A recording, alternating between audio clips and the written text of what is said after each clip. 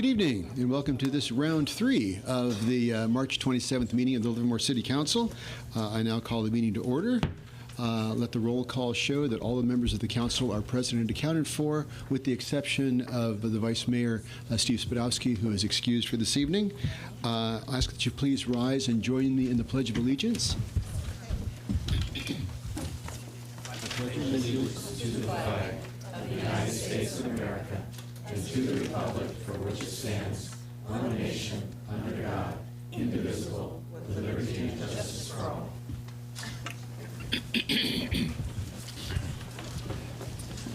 Okay, first on the agenda for presentations, we have a presentation from the Livermore Area Youth Advisory Commission. It's their annual update.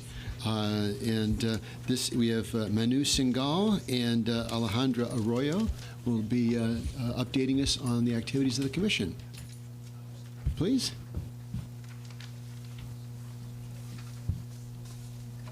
Oh, excuse me. You can speak at the podium. You can stand behind the podium and speak at the microphone. No, you can. No, you'll face. Sorry. Yeah. So you, the way it works is you address the council, and then everybody else is watching the council for our reactions, and then your back is to the audience, so you don't see their reaction. So it makes it a lot easier to speak. Okay. So you'll talk to the council. Okay, thank you. And that way, you know what? You're on camera. Oh, I shouldn't have said that, should I? But this way you can see how you do on TV 30. Oh, that's all right. Okay, so I'm Alejandra Arroyo. Good evening. And I'm part of the Youth Advisory Commission, as you guys know. And one project we do is the essay contest. And 3 subtitles are stress, well-being, and solitude. And this essay is for having the students express their opinion in these topics. And for this year we're actually doing an arts, so they could draw and they could take pictures of what solitude or well-being or stress is like to them, for them. Take a picture of this. Yeah, and like it's a good thing for having them to write an essay about what they feel this is for them and express that. And for us is to read and like to see what they say about these. And do you want to talk about the? Yeah, hello guys, I'm Manu Singhal, and to go off of what Alejandra said, I think it's really important that we acknowledge the mental health of our youth because their mental states, it's really important to have a good one because later on in life that can affect our work, our careers, our family life and stuff like that. So we really wanted to see what our Livermore youth's mental state is right now through their expression, through art or poetry or essays. And so we thought that was a good avenue for them. And so what we're doing is we have a middle school competition and a high school competition to kind of make an incentive for them. We're letting the first place artwork or essays be published in the independent newspaper so they can know that their opinions and ideas are being broadcasted to a really wide audience. And another thing that we're doing this year that's kind of newer and also going off of the idea of mental health is we wanted to do mental health presentations at the Livermore Library. And so we kind of realized, being high schoolers, that there's certain really prominent problems or issues that are really prevalent in high school, like depression and eating disorders, things like that. And so we wanted to really have a safe way for these teenagers to be able to access resources. Maybe they don't feel comfortable going to their counselors or they don't have access to a therapist or things like that. So we wanted to have presentations at the Livermore Library and kind of create little safe spaces where we can talk about and have open discussions about these issues. And another thing we've been doing for the past 2 years now is participating in the Interfaith Backpack Project. So this is a group of many churches that come together and package like school supplies and things for over 800 children in Livermore, so they can have supplies to go throughout the school year, because they may not be able to afford it, or things like that. And so it's really cool because you get like hundreds of people like coming into this giant gymnasium, I think it was gymnasium. And so they come together and it only takes like an hour because everyone's working so hard, but it's like over 800 backpacks just being filled and packaged and organized. And I think it's a really cool thing because it's like promoting the idea of the importance of education. And so the Youth Commission really wanted to promote that as one of its goals, so yeah. Well, great. Well, thank you very much for all the great work that you're doing and providing that outreach out into the community so that we, the council, have a sense of what's happening and what the young people are thinking. And I always appreciate the essay competition. So, well, great. Well, thank you for all the great work, and thank you for the presentation. Thank you.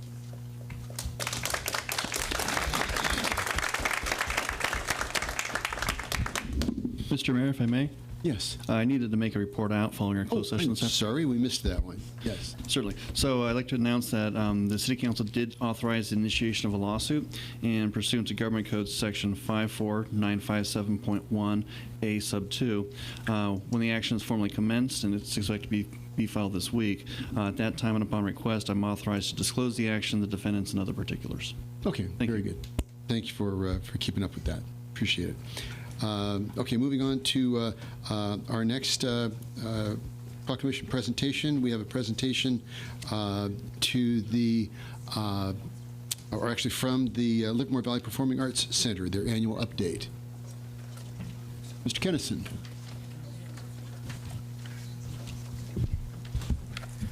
How is everyone? Mayor Marchand, City Council, and staff. Sometimes I stand on the upper level of the Bankhead lobby admiring the beautiful view of the city and the distant hills. It reminds me that LVPAC serves as the heart of a vibrant arts community. We help channel the flow of creativity in every direction, providing opportunities to create art, experience art, and share all that we love about art with one another. Our mission is to reach beyond our walls and beyond Livermore. We strive to be more than just a destination to see well-known artists. Our resident companies, East Bay Jazz All-Stars, visual arts events, and free concerts on the plaza draw friends from near and far. We send artists to schools and festivals and share their talents with students of all ages. In 2016, we hosted 253 live performances and performing arts events. Whether already world-renowned, such as singer-songwriter Judy Collins, or a rising star, such as the Canary Islands Temple virtuoso Herman Lopez, LVPAC provided an ideal venue to elevate and share their artistry. Throughout 2016, the Bankhead welcomed musicians of every genre, from rock and jazz to classical and world music, as well as dancers from across America, Russia, Ireland, and China, comedians, actors, and more. The energy and enthusiasm that our resident companies bring to the community is a powerful engine for the arts. LVPAC is proud to help support and strengthen their efforts. At every LVPAC performance, I remind the audience that ticket sales alone can't bring great artists to Livermore. I don't get the opportunity to tell patrons of our resident companies that we do also need their help to make a home for the resident companies. It costs us more than $2,000 over the rent that is charged for every day a resident company is in the theater. In 2016, the Bothwell Art Center expanded their classes and events, giving artists of all ages, skill levels, and a chance to let their imaginations loose and explore their creativity. Over a single week in September, sculptor Kevin Reese merged input and ideas from community workshops into two graceful mobiles titled Hang With Us that now bring movement and color to the Bankhead lobby. Increasingly, the arts are acknowledged for the valuable role they play in education, and one of LVPAC's goals is to reach every student in the district with an arts experience. As part of our commitment to educational outreach, we hired Kieran Galeria as our education manager. I hope everybody will be attending on April 8th, the Innovation Fair, which she is working very hard to pull together.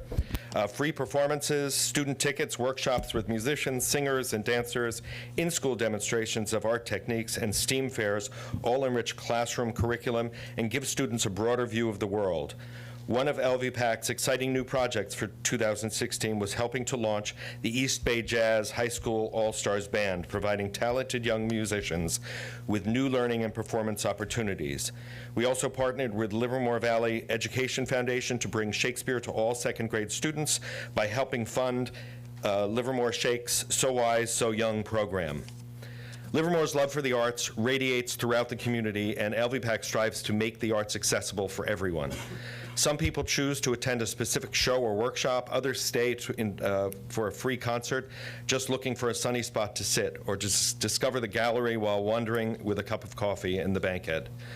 LVPAC is dedicated to making the community stronger, partnering with groups such as Tri-Valley Nonprofit Alliance and offering free cultural celebrations that honor diversity and demonstrate that the joy of art, music, and dance is truly universal. The overall fundraising goal for LVPAC in 2016 was $1.3 million. I am happy to say that with the strong fourth quarter, we surpassed that goal by 20%. We also made a big change with our annual fundraising event, moving the lobster clam bake from Wente to a gala concert at the Bankhead, which netted more than $70,000 over the previous year. The end-of-year challenge for the arts raised $577,000. This was a very difficult year for us, although the fundraising numbers don't really say that. This was a very difficult year for us and most performing arts centers. In conversations with other performing arts centers in California, most suffered ticket sales that lagged behind. We had to look to our donors for more support than usual. In the past, we have relied on donors to make up 40% of our budget, but this year that has gone up to 55% of our budget. I am happy to say that at the end of the year, our unaudited numbers show that we are $22,000 in the black. As required by our agreement with the city, we are ahead of our 2018 deadline to establish a capital reserve fund. At the end of 2016, we had a reserve of $80,000, and as of today, we are ahead of our $450,000 goal and have $480,000 set aside for capital and operating reserve. We are committed to increasing the operating reserve over the next few years and establishing a fund to ensure the survival of the arts into the future. We've engaged Campbell & Company to develop a strategic plan for the next 3 to 5 years and hope to share that with you after June. The Bankhead Theater first opened its doors in the fall of 2007. Since then, more than 500,000 people have walked through them. As our mission states, we strive to be the heart of a vibrant cultural arts community. In 2016, LVPAC significantly increased our efforts in arts education, and we plan to expand our programming even further as we continue to invest more in local student outreach. For our LVPAC Present series, you can expect to see more big names anchoring our season to bring in new audiences, and in fundraising, we will seek new opportunities to ensure long-term sustainability. I'm pleased to announce that on September 9th, and you'll be the first one hearing it here, we will be hosting our annual gala at the Bankhead with the Indigo Girls, featuring our very own Livermore Amador Symphony. You will have to wait until May 24th to hear more about our exciting 10th anniversary season. We will continue to engage the philanthropic community in the region, but we need to find a way not just to survive, but to thrive and to build a more secure future. I hope that you are pleased with all that we have done and that the city will make a commitment to the arts in 2017. It is very clear that the community cannot sustain this level of support year after year. We are living in unusual times, and that is why art and creativity are more important now than ever. Ukrainian businessman and philanthropist Viktor Pinchuk said, "Art, freedom, and creativity will change society faster than politics," and I couldn't agree more. Thank you.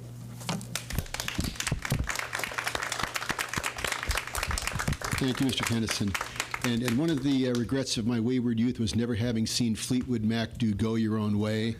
And with classic albums live, that was about as close as you can possibly get. That was a great performance. Right, Councilmember Carling? I completely agree. I hadn't been in a rock and roll concert in a long time, and that was wonderful. That was a great one. That was great. So well done. Next proclamation, we have proclamation kind of piggybacking on what Mr. Kennison was talking about, the Innovation Fair, which is coming up April 8th. And I'd like to present this to two of the folks that are working on that, Philomena Rambo from the Livermore Joint Unified School District and Karen Galeria from LVPAC. This is for April 8th, whereas the Livermore Innovation Fair, titled By Earth, By Water, By Air, developed as a joint project by the Livermore Valley Performing Arts Center, the Livermore Education Foundation, iGate from the City of Livermore, and Livermore Valley Joint Unified School District. That will be held on April 8th, 2017 from 11 a.m. to 3 p.m. at the Bankhead Theater. Whereas this public event is designed to generate interest in and strengthen the connection between the sciences, technology, engineering, arts, and math. Whereas I like to say people talk about STEM education, I like to add the arts, turn up the heat, and create STEAM. So the STEAM disciplines for students and their families with the intent to create an innovative environment that inspires students to think outside the box, to be creators of new technology.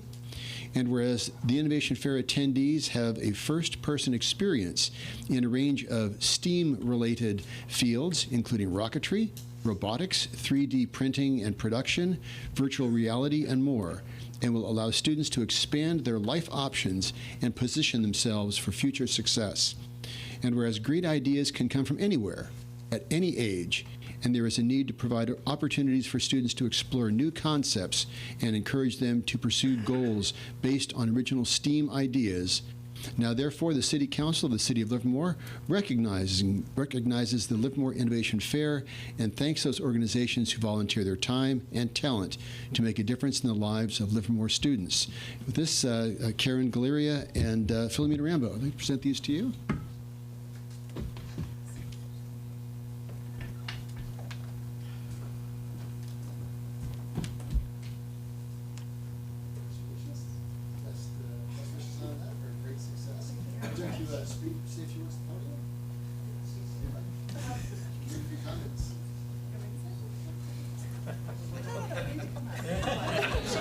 She's the queen of behind this all. I have to show something. Well, you don't have to wrist wrestle. I mean, you guys can both speak. I'm not wrestling. She's showing off her shirt. Oh, very good. Livermore Innovation Fair. There we go. So, good evening, everybody. My name is Karen Galeria. I'm the Education Program Manager at Livermore Valley Performing Arts Center. And I am a mother of 2 young children, and they're deeply into robotics, engineering, and that's the background I come from. When I joined the Livermore Valley Performing Arts Center, and I had a great idea about the STEM, but then when I joined the LVPAC, I said, okay, how I can integrate the art factor to it. Since September, we have been working on bringing the first Livermore Innovation Fair. Sorry, I'm kind of Okay, I'll go back. So since September of 2016, Livermore Valley Education Foundation School District, LVPAC, and iGate, we are kind of working together to bring our very first own Livermore Innovation Fair on April 8th. And if I can say this, Livermore is the only city in this level that we are organizing the STEAM Fest, the Innovation Fair. The idea is very simple. It's a place where everybody can get inspired, and they can create their own thing, and it's all about thinking out of the box. And I don't know, I think Philomena is going to fill me up now. But I'm looking forward to see you all on April 8th from 11 a.m. to 3 p.m. in Bankhead Theater. Thank you. Great. Very good. Thank you very much. Look forward to that.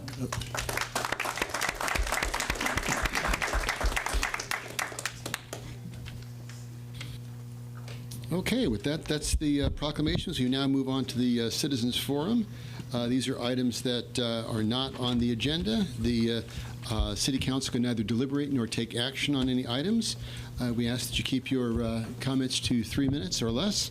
With that, I have Rochelle Snedecor, David McGuigan, Connie Copps.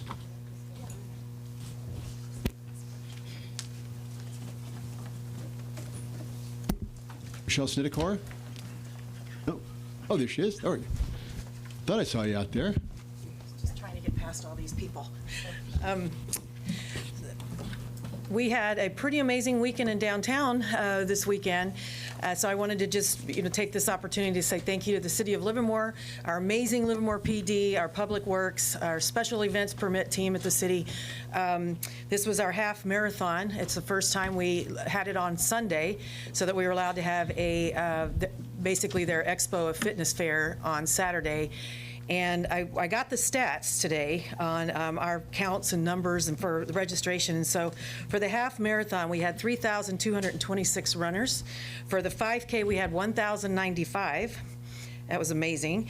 Out of that, and this is what always intrigues us, 997 of those were Livermore residents. 2,000 of those were from East Bay and Tri-Valley cities. 30 states were represented through registration, the top 5 states being California, Washington, Nevada, Arizona, and Oregon. So we know we're really drawing people in for this lifestyle run. These are destination runners looking for a beautiful place to run, and we definitely show it.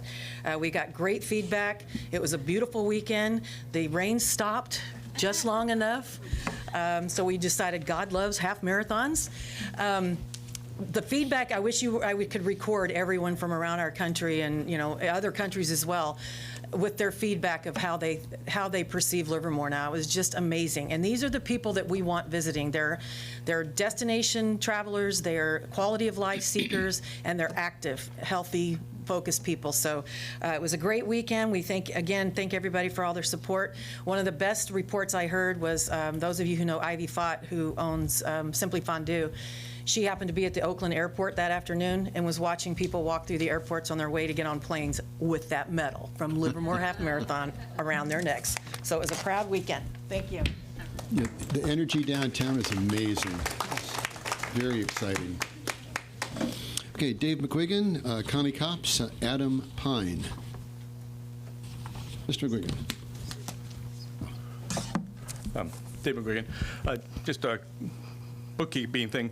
Item 4, the closed session was conducted under 54-956.9E2.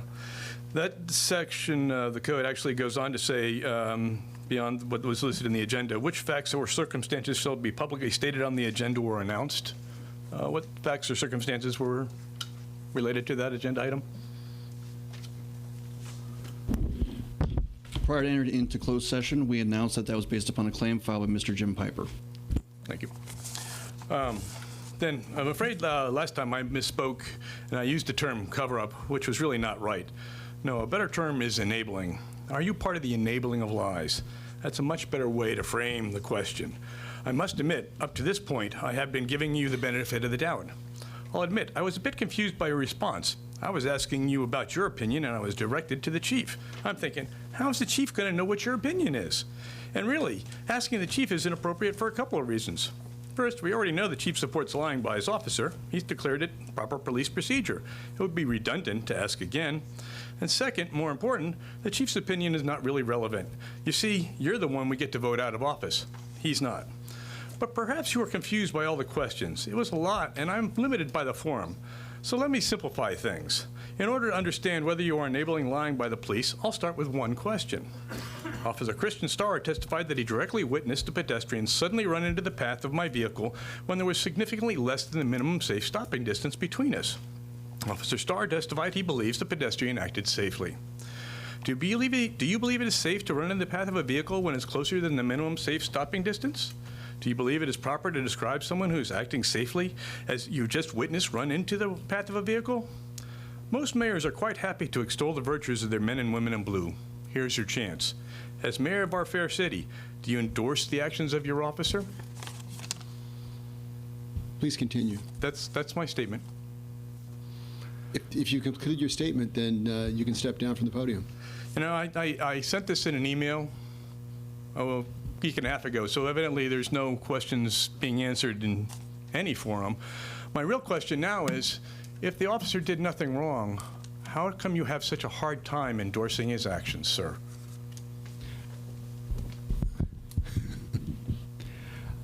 Let me make the statement that I absolutely endorse the men and women in the Livermore Fire Department and Livermore Police Department, without question, without reservation. Moving on to... Connie Copps, Adam Pine, Lisa Poinier. Ms. Copps. Hi. I came today to talk about concerns again for Springtown.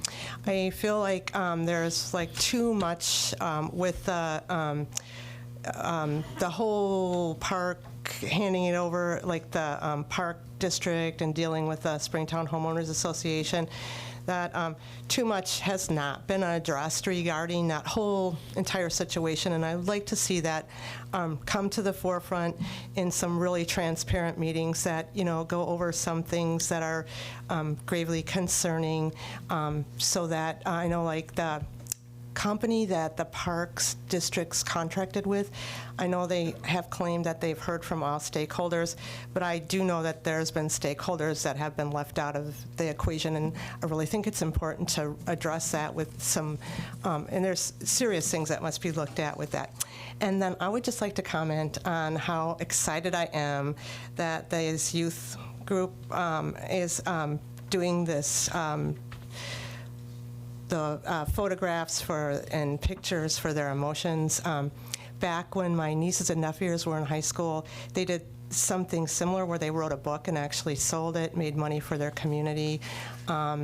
Young people, their voices tend to get squashed sometimes, and it was an awesome fundraiser.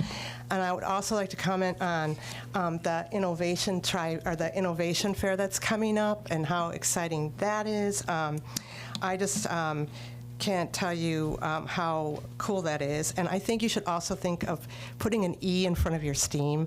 When you're creative and the arts are really enhanced, it can really help your self-esteem. I was really excited when I went to Innovate, and I put my feelers out there, and I got letters from, like, the First Lady, you know, when I was on outreach to things. I mean, that was exciting. That was really, really, really exciting to get that acknowledgement. It's also very frustrating as an artist and an inventor.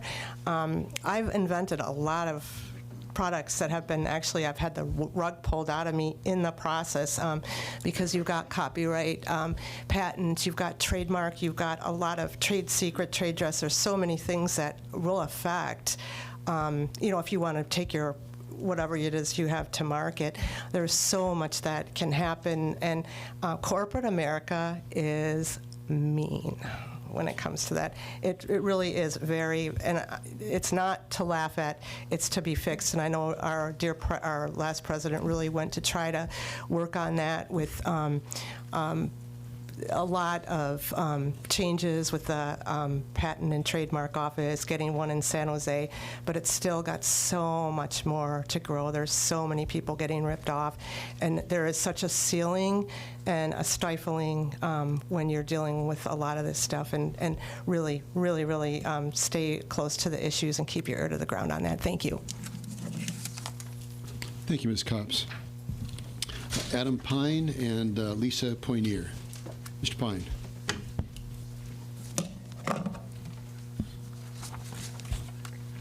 Good evening, Mr. Mayor, Council, and staff. My name is Adam Pine. I'm the director of the Medical Cannabis Collective, The Floral Element. I just want to take a moment to thank the council and staff for following through with a public outreach with respect to medical cannabis in the community. This has been very encouraging, not only to those of us directly involved, but also to the many patients of the area who are hoping to have continued accessibility in the near future. I wanted to let council know that it continues to be my understanding that any entity wishing to be involved with medical cannabis have a local authorization before applying for a state permit in 2018. Although state regulations and permits have not been finalized yet, one thing seems to be certain, that they will be finite in number. Just something that keeps me up at night, and I just wanted to pass on. As always, I would like to offer my service, or my staff service, in any way that might be helpful to council or staff. Thank you very much. Thank you, Mr. Pine. And finally, Lisa Poinier. Okay. Good evening. So I'm a newbie here. Seems like there are a lot of regulars. And I've actually lived in Livermore 15 years, and this is my first city council meeting. Welcome. And the reason I came is, I realized I didn't know what was going on in my community, and there have been some things in the news that have concerned me. And I came here to get answers, and it's already worked in a way. I was able to talk with the chief briefly. We'll be talking later in the week. So I'll spare you some of the nitty-gritty with that. But I do want to say a couple of things that I'm interested in finding out, what our city policy is or what our city resources are. And this is all around immigration enforcement. So I'm an engineer. I did some Googling. I did some research. It turns out that there's something called the Trust Act and the Truth Act, which do protect people who might be subject to ICE detainers. But there are other things that I don't know what our city policy is. This includes the 287G program, which essentially turns local law enforcement into unpaid ICE agents. And I wanted to find out if that's something we're participating in. I personally think that our money could be spent much better on local issues, like strengthening our own local law enforcement and investigating crimes and providing services to our community as opposed to doing the federal government's job. I had some other specific questions. I was wondering, in terms of city services, if there are any other city services that are provided where employees, either police officers, social workers, inquire about immigration status when that's not the matter at hand. And I was also wondering if, for any member of the community, if they feel that they've been racially profiled or that they are under surveillance by ICE, anything like that, if there are local resources or oversight boards that they can file complaints with. So I look forward to making other connections in addition to what I have tonight and finding out the answers to those questions. Thank you. Very good. Certainly speak with Mr. Alcala, or the police chief is back there in the third row, and they can provide you a wealth of information. Excellent. Thank you. Thank you. And welcome to participating in the city process. Welcome. Okay, that's the cards that I have for tonight for the Citizens Forum. Moving on to the consent calendar. These are items that are typically of a routine nature, which are usually passed on a single motion, although I do have two speaker cards. One, it's from Connie Copps, and it just has number 4.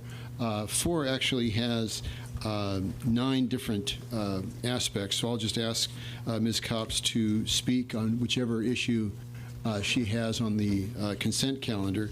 And then we also have John Stein. Mr. Stein? Oh. Well, Ms. Copps is looking for the... But Mr. Stein, if you go ahead, you can speak while she's looking for the item. Oh, you found it? Okay. Which item is it? 4.3. 4.03? Yeah. Okay, adoption. that's the... Is that the Sunflower Hill, the 44 affordable apartments? Yes. Okay. I'm concerned about this project because, and again, I haven't looked at it real deep, but when I was watching you on television, I've worked with a lot of developmentally disabled people, and I am concerned about how the structure of the there's like a couple companies. I know there's 3 different companies involved in the whole process, and then you've got a board with the Mid-Penn, and they're beautiful. I think that it's just a beautiful community. The architecture is another company that is listed as separately, and I can't tell you how beautiful that is. Where my concerns lie is, how dependent is this going to be on the actual 5 acres at Hageman Ranch, and how much, we're all hover parents. There's a lot of hover parents out there, and I know a lot of the families are involved with the farming, which is really cool. I mean, I thought this was really cool. But where I have concerns is the city's involvement in it. And again, I watched it, and I remember just red flagging. There's going to be 44 units for individual people to live in. How much supervision will they have? I know that a lot of, like, mildly autistic children probably prefer to be alone, and our school district does a lot, and it's I think really one of the best school districts that really has a strong inclusionary program for people with developmental disabilities. Who will qualify? Whose pockets will eventually get lined? And who's protecting a lot of these people buying into this? I know they're going to get to buy at like a 30 or 50% discount, if I read right, from homes. I'm just concerned that the process is really complicated. There's a lot of people involved.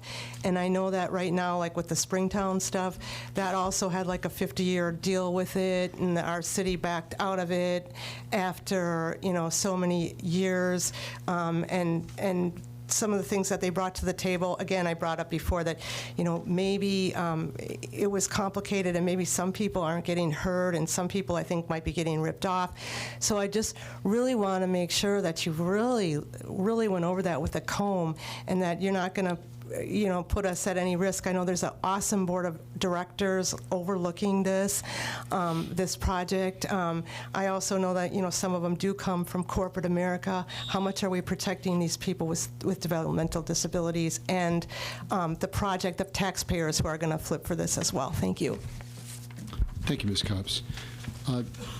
Mr. Spence, I must say it's somewhat cynical to ask questions like whose pockets are getting lined and is anybody getting ripped off. As I recall, both the city and Mid-Penn are both nonprofits. We're not making any money on this.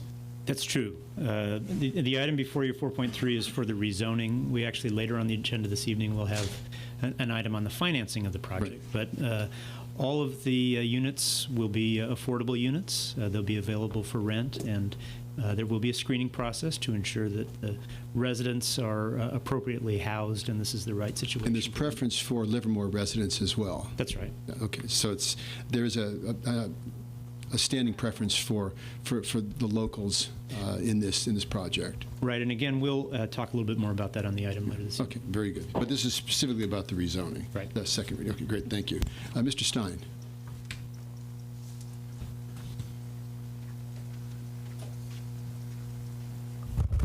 John Stein, 1334 Cathy Court. My topic is the ordinance amending the municipal code on parking structures, where you're essentially limiting the use of parking structures to parking. And this is probably in response to the homeless encampment, basically, in the parking structure. I think, according to the staff report, there were about one police call per day, 328 last year. But my real question is, you've decided where you don't want the homeless. You don't want them in the arroyos.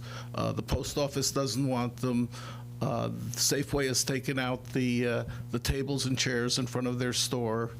This will close off the parking structure, essentially. It will limit it to parking only. Where do you want the homeless? You've hired a staff person now. But as the locations become more and more limited, do you want them camping on the sidewalk or moving into neighboring garages and sheds? Or perhaps the shade structure could serve a dual purpose if it's waterproof, or they could move into the new transit station, which will have sanitary facilities. Or, I mean, have you decided where you want them to go? They're going to be here. But as you limit the locations, they become either more and more obvious, or they get into the neighborhoods. There are very few beds that are within shopping cart distance of the downtown for single people.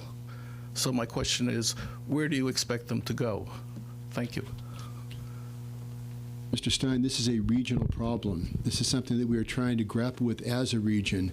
And as you are fully aware, of all of the shelters for the homeless and the disadvantaged in the entire Tri-Valley, all of them are in Livermore, and in Livermore only. And that's not because Livermore is the only city that has this problem. It's because Livermore has risen up to help the disadvantaged and the homeless, and we will continue to do so. It takes a tremendous amount of effort, and that's why this council has made that commitment that we will continue to pursue resources to provide services to the disadvantaged and to the homeless. We are grappling with issues in Washington, D.C. right now as we're watching the CDBG funds being threatened, and that's one of the major tools that we use to support the disadvantaged in this community. And we will continue to work and fight to provide services to those that are in need. So thank you for calling that to our attention. Can I say something on this one? Certainly. I think the... It's an agenda item. We're okay. Yeah, we're good. So one thing I would just recommend is this item 4.02, an issue with regard to the if impact upon homelessness was raised. As the staff report indicates, that's one component that could be affected by this, but there's other issues that this is intended to address, such as the tailgating we see in public and city parking lots, those at the former Lucky site, as well as a parking structure in other locations throughout the city. Thank you. Councilmember Warner. My point was this wasn't focused on homelessness as much as just feeling safe and secure within the structure. And there are a lot of issues, and I personally have not felt comfortable there. And it wasn't because of homeless, and I haven't actually encountered any homeless there. So this is a much broader reason for doing this, and just focusing on one, I think, is not really understanding the problem. Thank you for that point. Councilmember Carling. Yes, I have been concerned about this particular ordinance for a few weeks, and a couple of questions I ask is, one is, this is mostly focused on the parking structures, but the ordinance is written in such a way that includes all the city-owned parking lots, and I wonder why we don't just focus on the parking structure. That's one question. The second is, if the issue is really the parking structure, have other cities have parking structures? What have they done that may not require an ordinance? So those are two things that I would like to hear something about. So I can at least start the conversation, Councilmember Carling. This ordinance would apply to several city parking lots. We've identified the parking structure, the Lucky site on Railroad, their public parking lot between Speedy and the Livermore and the Bankhead Theater right there. There's also a parking lot between First and Second for the Chamber of Commerce that the city owns. The Civic Center parking lots, the Multi-Service Center here, this Chamber's parking lot, the parking lots for the libraries, the parking lots for the golf course and the airport. Each one of those has a certain different issues that happen after hours at them, and I'll leave that to the chief to describe what they're encountering and how this particular ordinance could help them. Chief? Yes, thank you. Yes, as you saw in the staff report, there are numerous responses, calls for service over the course of last year. Specifically the parking garage, as you mentioned, but other parking lots as well, city open to the public, city owned. And specific to the parking garage, we need the tools to deal with those issues when there's an ordinance that disallows people from loitering or hanging out, engaging in behavior other than parking. When we go into the site, we have the ability to stop and engage those folks and determine what they're doing. As it sits now, they're able to see if the police are coming, and we really don't have a legal standing to even engage them often. So this is really a quality of life issue, a community safety issue. We do hear and respond to folks that when they see folks in the garage drinking alcohol, vandalizing, things like that, it does make them feel unsafe. Oftentimes by the time we get there, they're either gone or we don't have the tools to deal with it because the ordinance isn't there. We did ask to your question about other cities. There are cities that have parking structures and city-owned parking lots that have, and we actually modeled our ordinance partially off of another one, just that has the same type of environment, a lot of nightlife, active downtown, which was, I believe, Santa Barbara. So I hope I answered some of those questions, but I'm happy to. Yeah, but I still don't understand if the issue is mostly the parking structure, why didn't we write the ordinance to that effect rather than including all of the city parking lots? Well, because it goes beyond just that. It also, we also deal with these same issues, especially in the old Lucky's site, where it tends to be the same type of behavior. And there's also property crime that occurs in those areas where people they park and they've gone to enjoy a meal, or and as we patrol those lots and such, if we see people that seem to be just hanging out, we want the ability to at least engage them and identify them and advise them of the ordinance. I thank you for addressing this, because I've probably been one of those chronic complainers, because I drop off and pick up my wife at the ACE train every day, either 5:40 or 6:40. And as I sit there for 20 minutes to a half an hour waiting, you get to see a lot that goes on down there. One of them is, and again, calling it a homeless ordinance, I don't know who's homeless and who's not. There's no signs on anybody.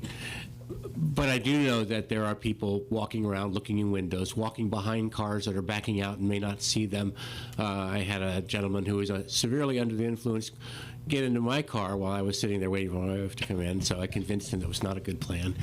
Yeah. I know that it happens. I can see on the east end of that first level, it's pretty incredible, and when you hear things going on the second level from the first level and see bottles come flying over the side of the back of the parking structure and crashing to the ground. So I know it's occurring. I'm not so familiar with the Lucky area, but that one parking structure, there are definitely some. This is, I think, an overdue ordinance. If I could make a short comment, Councilman Carling. So I authored the staff report on this. I'm Lieutenant Jason Boberg. Part of the issue about the other lots is we're also trying to tie into citywide public parking, making it safe, making it viable. There's a parking issue that we've been looking at citywide, downtown especially. And this ties into making it inviting for visitors, for residents to come down and use the parking facilities, all the parking facilities that are owned or operated by the city. And we think that this ordinance ties in well with that overall aspect, and that it should apply to all parking. Sure, but the way the ordinance was written originally, you could walk through the parking lot between 2nd and 1st Street to get to, say, Bruno's, and that would be unlawful, the way it was originally written. Yeah, yes, sir. And two things on that is, number one, sometimes your first attempt, the written word isn't perfect. Okay. And the other thing, too, is also the discretion that officers would have to use the letter of the law versus the spirit of the law in order to apply the ordinance. So if it seemed to be something that was criminal in nature, potentially criminal in nature, or something that seemed to be turning parkers away from legitimate use of a parking facility, then we would address that. If it seemed to be something that didn't turn away legitimate use of the parking structure or lot, then that's something that we would use our discretion on, and that's something we would train all the officers on. So how do you, let's focus again on the parking structure. How do you enforce this? I don't understand how you might do that. Yeah, one example might be if we found somebody loitering in the stairwell, maybe just hanging out, just asking him, do you have a vehicle here? No, I don't have a vehicle here. Well, just to inform you, it is unlawful to be in the parking structure or the parking lot, if it's another example, without parking or entering to retrieve a vehicle or picking up a passenger, or if you're just cruising through, then that would be fine. But hanging out on a stairwell where people have to step around you to get to their parking level would be against the city ordinance. Sure, but are you going to have officers there all the time? Well, we did respond to 348 incidents in just the parking structure alone in just 2016. We've been averaging about 30 reports per year that we've actually taken police reports over 2014, 2015, and 2016. So we do have quite a bit of interaction with people in the city lots. But this won't, but this won't decrease that number, will it? Is there some intent that this is going to decrease that number? Well, what we expect is that officers, as they proactively patrol like they do everywhere, We do have a downtown officer, for example, that's specifically assigned to downtown.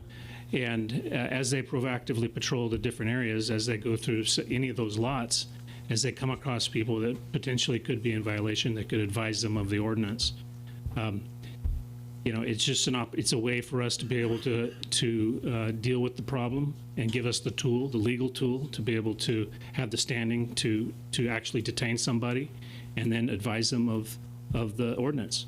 Like many other ordinances, I doubt, as I say here today, that we would actually arrest somebody for violating this ordinance. It's more a tool in order to briefly detain somebody, identify their reason for being there, and then ask them to be on their way if they don't have a vehicle, if they're not using it for the intended purpose. Will there be signs that will alert people that it is now unlawful to hang out there? Yes. If you will?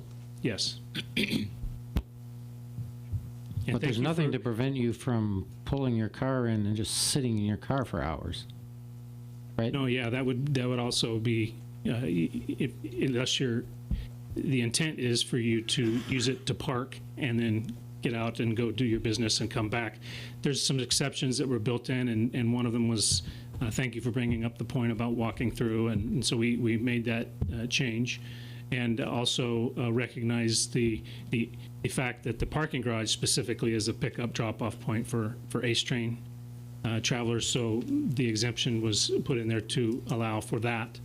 And again, as Lieutenant Boberg said, there are so many laws where it requires officer discretion to understand the spirit versus the letter, and to make good decisions and to that benefit the community safety. And so we will be providing training and expectations as to how the enforcement is enforced, or excuse me, the ordinance is enforced. Okay. Thanks. A question? No, I'm ready to move the consent calendar. Any other questions or comments on the consent calendar? Do I have a motion for approval? Moved by Councilmember Warner. Second. Seconded by Councilmember Coomber.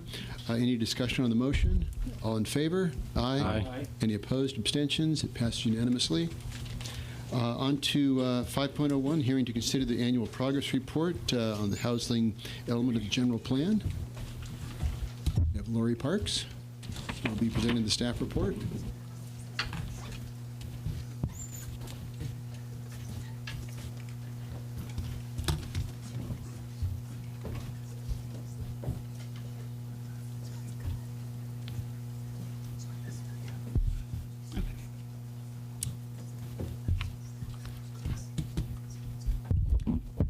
Good evening, Mayor Marchand and members of the City Council. This presentation is on the annual progress report, which is a tool for tracking progress towards meeting the goals and objectives in the city's housing element. The housing element is one of 7 mandated elements of general plans in California. Its purpose is to help local governments adequately plan for existing and projected housing needs. We are in the 2nd year of implementing the 2015 to 2022 housing element. The first goal of the city's housing element is to address the diverse housing needs of all economic segments of the community by allowing for a range of housing types, price levels, and density. The framework for quantifying housing need by income is the Regional Housing Needs Allocation, or RHNA. The RHNA is based on the state's projection of population growth for each region. The City of Livermore's share of the Bay Area's need between 2015 and 2022 is just over 2,700 units. The city is not required to construct this housing, just to show that there is enough land designated for this amount of residential development. The RHNA is divided into income categories based on the percentage of the area's median household income. For RHNA purposes, development of residential lands between 8 and 20 dwelling units per acre is assumed to generate housing affordable to moderate income households. For reference, a 4-person household in Alameda County would be considered moderate income if they made between $71,600 and $112,200 each year. So tables A and B of the annual progress report track the number of housing units constructed in each of these income categories in 2016, including market rate and deed restricted units. In 2016, the city issued building permits for a total of 426 units. Most of these are considered affordable to moderate income households based on the density of the development.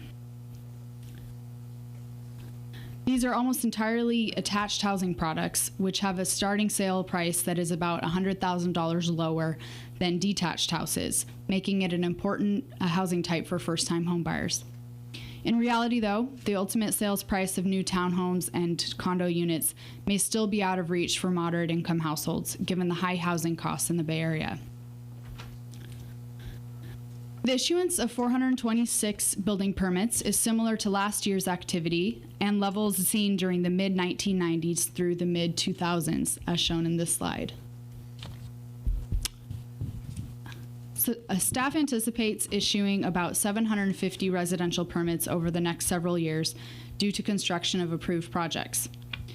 At this rate, the city would be on track to meet the RHNA overall, but the new housing is heavily skewed towards the above moderate end of the affordability spectrum. So the city implements a variety of programs to address housing needs, and Table C of the annual progress report tracks the status of these programs.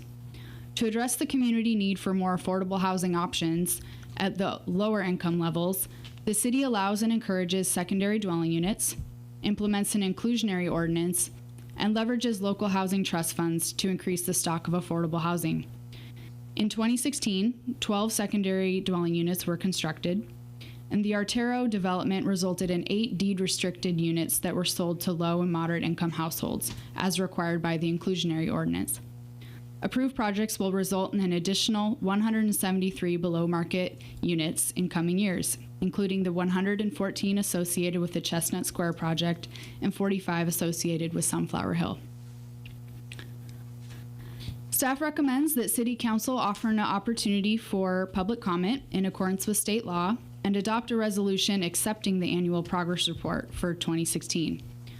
Following this meeting, staff will file the report with the California Department of Housing and Community Development and the Governor's Office of Planning and Research.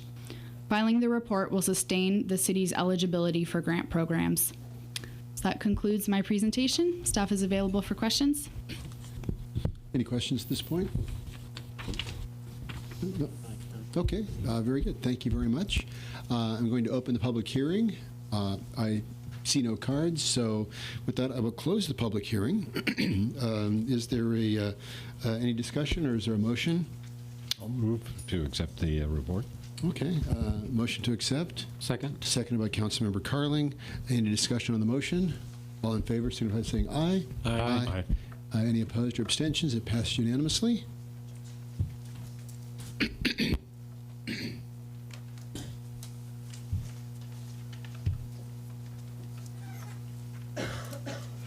Okay, moving on to 6.01. This is discussion and direction with the city's downtown steering committee and the extension of the exclusive negotiating rights with Presidio companies. Mr. Stewart.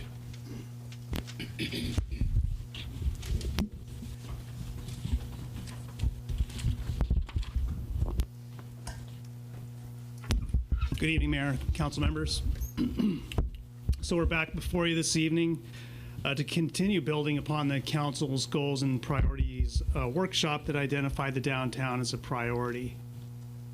Based on direction given from your goals and priorities workshop and also at the city council meeting on February 27th, staff is recommending that the council discuss and appoint representatives to the downtown steering committee and confirm the scope of that steering committee. Staff's also recommending the council direct the city manager to sign an amendment to extend the exclusive negotiating rights agreement with Presidio companies for the development of a downtown hotel and extending that through November 2017. At your meeting on the 27th, the council directed the establishment of the downtown steering committee and appointed council members Carling and Warner as the city council representatives. The council also appointed a number of city commission representatives and also the Livermore resident and property owner representatives, All of those council-appointed representatives have responded in the affirmative and are available to serve on the committee. Consistent, again, with your direction, on February 27th, staff sent out invitation letters to the other stakeholder groups and organizations shown on the screen. And again, all of those stakeholder groups have responded with proposed members, and those are shown on the screen before you now. If the council confirms the makeup of the steering committee, we would convene the first steering committee meeting on Thursday, April 13th, 6:30 here in this room to 8:30. From there, the committee would meet bi-weekly and up until June. And then the results of the steering committee efforts would be presented to the city council at the second meeting of July 24th. So also consistent with council direction, at the February 27th meeting, staff issued a request for proposals, or RFP, for a consultant to serve as the facilitator for the steering committee efforts. We did get that RFP out. The deadline to respond is next Monday. We have been getting calls from prospective consultants, so there is some activity out there generating some response to our RFP. We would be back, staff would anticipate getting back to the council with a contract for that work at your April 24th council meeting. Regarding the steering committee's scope, staff recommends the council direct the steering committee's work to be focused on the information, materials, outreach tools, and methodologies needed to engage the community on planning for the downtown's catalyst sites, with a particular focus on reaching a decision as early as possible on the hotel. Discussions around the hotel may include the location, parking and circulation, size, type of amenities, height, design, economic costs and benefits to the city and the public, and conceptual discussions on surrounding or related land uses to facilitate decision-making.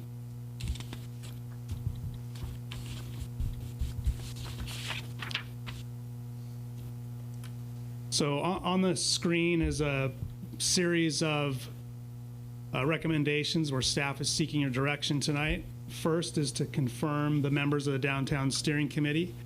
And just to note, they would be subject to all of the rules of the Brown Act and other rules governing city advisory bodies. They would be exempt from residency requirements and not subject to conflict of interest reporting. And these are typical operating provisions for any city committee. They're currently in use today for the Community Asset Management Program, or CAMP for short, and also the committee serving to develop the Active Transportation Plan. Second, we're asking or seeking your direction to appoint Councilmember Carling as the chair and Councilmember Warner to serve as the vice chair for the committee. We're asking you to confirm the scope and timeline that's mentioned in your staff report. And again, asking your direction to the city manager to extend the negotiating rights agreement with the Presidio companies for development of a downtown hotel to November 2017, which would provide flexibility to Presidio companies to allow them to work with the city through this process, and should give sufficient time for the council to receive the steering committee report. Again, that would be in the end of your second meeting in July.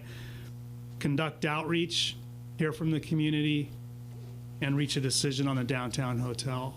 And that concludes our staff presentation. We're happy to answer questions. Questions for staff? Councilmember Warner? Oh, that's okay. Questions and comments? Questions first. We've got a public comment period I'll wait first. until after that. Okay. Questions? I'll wait until after. Okay. Yeah. Very good. Everybody else okay? With that, I do have a few speaker cards. John Stein, Chester, I'm going to open the, well, it's not really a public hearing, but John Stein, Chester Moore, Ian Carlin. Mr. Stein. John Stein, 1334 Cathy Court. I would urge that to start the process, you have some sort of a town meeting with the council, the planning commission, and the steering committee to find out what the public's concerns are, to inform them of the process, and to see what their vision is for the downtown. It looks like what staff is recommending either is a consultant and staff to set the parameters, or the steering committee to set the parameters. Last year we saw when we set parameters before we got well into the process, it didn't work very well. And in 2004, when the steering committee set the parameters, it not only focused on revitalization, but at that time focused on supersizing the downtown to pay for the regional theater, which was not the original intent. So I would urge that to start, you have an open, unstructured meeting where people can just spend a minute or two telling you what their concerns are and what their vision is and what they would like to see downtown, as well as a brief description of how they can interact with the steering committee and what the process is. Also, when you hire a consultant, you tend to get the vision of the consultant, and it would be nice to understand what you're looking for in a consultant, even one who is just helping with the process and the interaction, because most of the consultants that do that do have their own visions of what a project should look like. Also, as I've suggested before, I would suggest you get some actual practical speakers who have done hotels in downtowns, people from Monterey who have done a conference center incorporating a community theater, and other people who've had some practical experience as well as a theoretical consultant. Thank you. Thank you, Mr. Stein. Chester Moore, Ian Carlin, Jeff Caskey.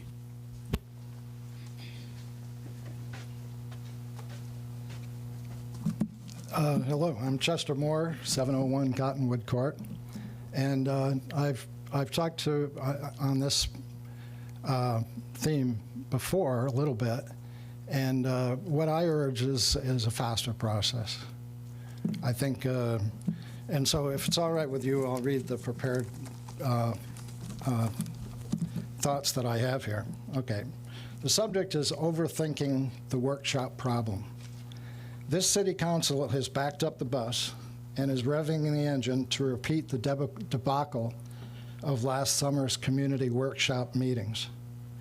This result can be avoided because I believe the city council and staff are both presently exaggerating the difficulty of measuring Livermore public opinion on the downtown east and west satellite catalyst sites.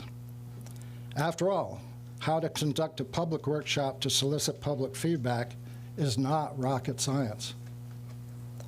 A public workshop should not require anything more than our own city planning directors to prepare and present a 45-minute illustrated PowerPoint presentation to inform 400 to 600 members of the public about the various options that are already outlined here in this downtown white paper. Okay, this was the February 15th meeting, and it's a white paper very excellently prepared, and it's presenting cost information as well as a description of all the options to the extent that the white paper allowed.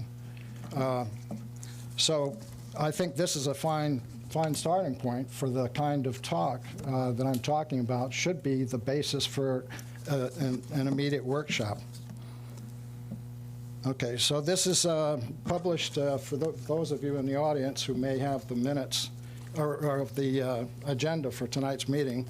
This is only like 20 pages, page 131 to 150 of tonight's agenda item. So you can get copies of this, and I recommend it. It's really well written, and I think it's a great start for the public workshop. So to continue, after witnessing the PowerPoint presentation, the citizens at the workshop can discuss with fellow citizens at their table the various options, and then mark a questionnaire designed to efficiently measure the individual preferences among the various options.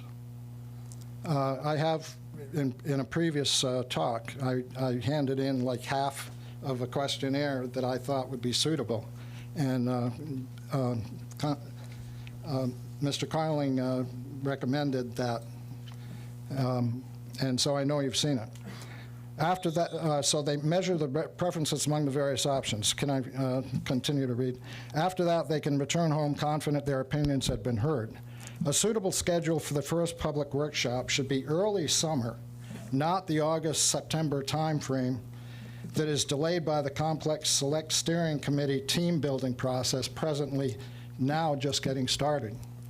An early public meeting process will assure a suitably large sample of the opinions of Livermore's 80,000 residents and taxpayers is being taken, and that will greatly facilitate the much more detailed project planning process to follow. I, for one, am particularly interested in whether the option of building a town square plaza over an underground parking garage has not already been buried by the appointment of this Select Steering Committee, comprised of representatives of various groups seeking to allocate public monies for favorite causes. Pardon me? If you would finish your thought, please. Yes, I need 1 minute. Well, you already had 3.5 minutes. All right. Thank you, Mr. Moore.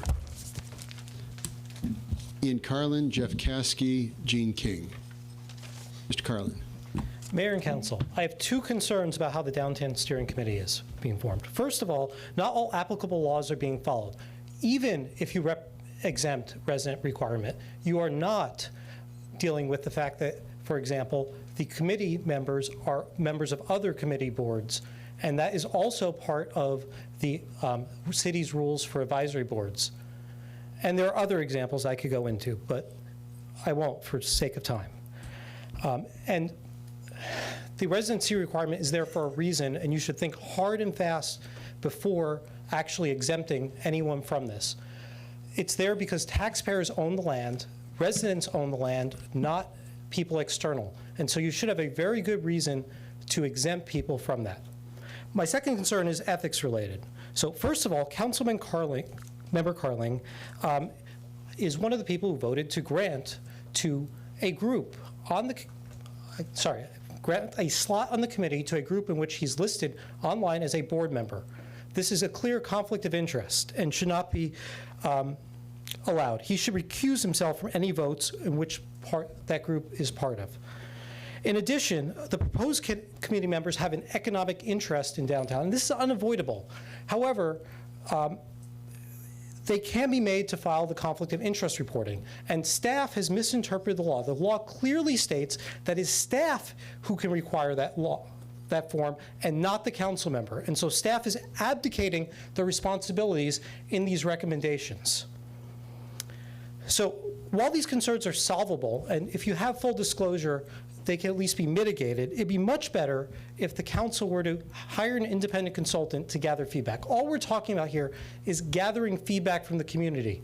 There's no reason to have conflicted people and the council violating or changing laws for this single committee. No other committee, except for the Youth Advisory Committee, which allows students to be part of it, has these exemptions. What makes the Downtown Committee so special? Why are you doing this? I urge you to reconsider the process of gathering feedback to ensure fair and open government. Thank you. Thank you, Mr. Carlin. Jeff Caskey, Gene King.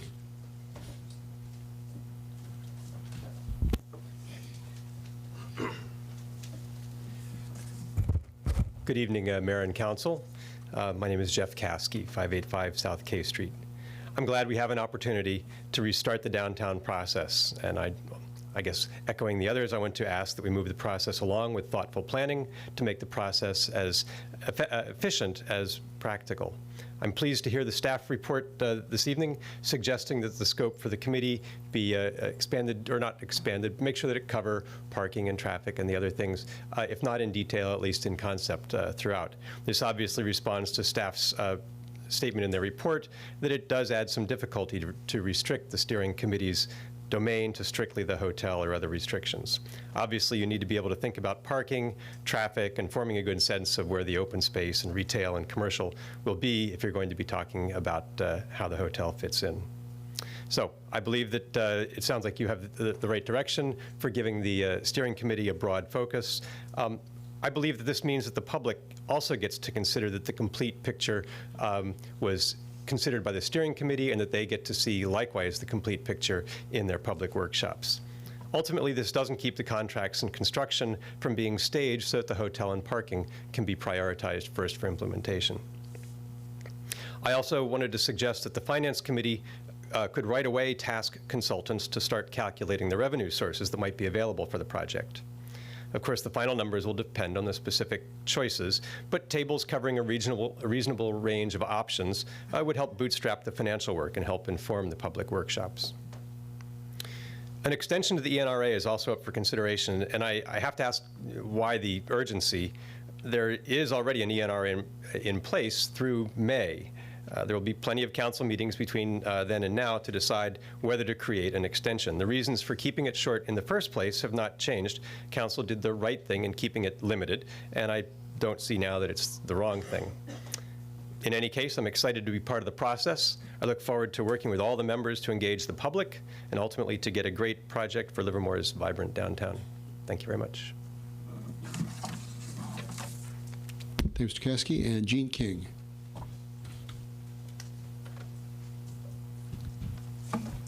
Good evening, Mayor, council members, and staff. I'm Jean King. The Downtown Steering Committee needs to move rapidly to recommend a downtown development plan. We do not want to lose the window of opportunity. A goal could be for the Steering Committee to finish its work by the end of June, which I think the staff has recommended. The Finance Committee needs to be working at the same time to evaluate revenue and costs. The Steering Committee must develop a process that provides broad-based community outreach. Staff's comment in this week's agenda packet addresses the scope of the work for the Steering Committee. Staff states, quote, "One of the challenges for the Steering Committee is that it may be difficult to evaluate hotel options without considering, at least conceptually, how the hotel might integrate with other uses such as open space, amenities, housing, commercial services, and parking. Staff suggests that the Steering Committee be asked to consider the issue of how best to prioritize a hotel while still giving the community a comprehensive outreach process." Staff's comments in its February 15th Downtown White Paper attached to tonight's agenda item provide an approach that could deal with both of these goals. The White Paper mentions the development of several site plan design options as a way to engage the public in workshops. Because community members as well as stakeholders on the Steering Committee have been thinking about the downtown project for over a year, many ideas have already been presented. These ideas include paid and underground parking, traffic considerations, and the hotel on the east or west side. Rough sketches of a broad spectrum of site plans for the entire downtown development could be developed by the Steering Committee very early in the process, rather than perfected site plans towards the end of the process, as has been the pattern in the past. From the large number of conceptual site plans that they would discuss, the Steering Committee could select 3 or 4, and the Finance Committee could have evaluated both costs and funding sources. The chosen site plans and financial studies could then be sent to the Council for presentation at community workshops. At its first assignment, please ask the Steering Committee to develop conceptual site plans for community workshops. Thank you. Thank you, Ms. King. Okay, with that is the last of the cards that I have. So that'll close the public comment period. Okay, comments. Councilmember Warner. See, I have a few thoughts, and then I'll wait for the others to go and might want to come back. The couple of things.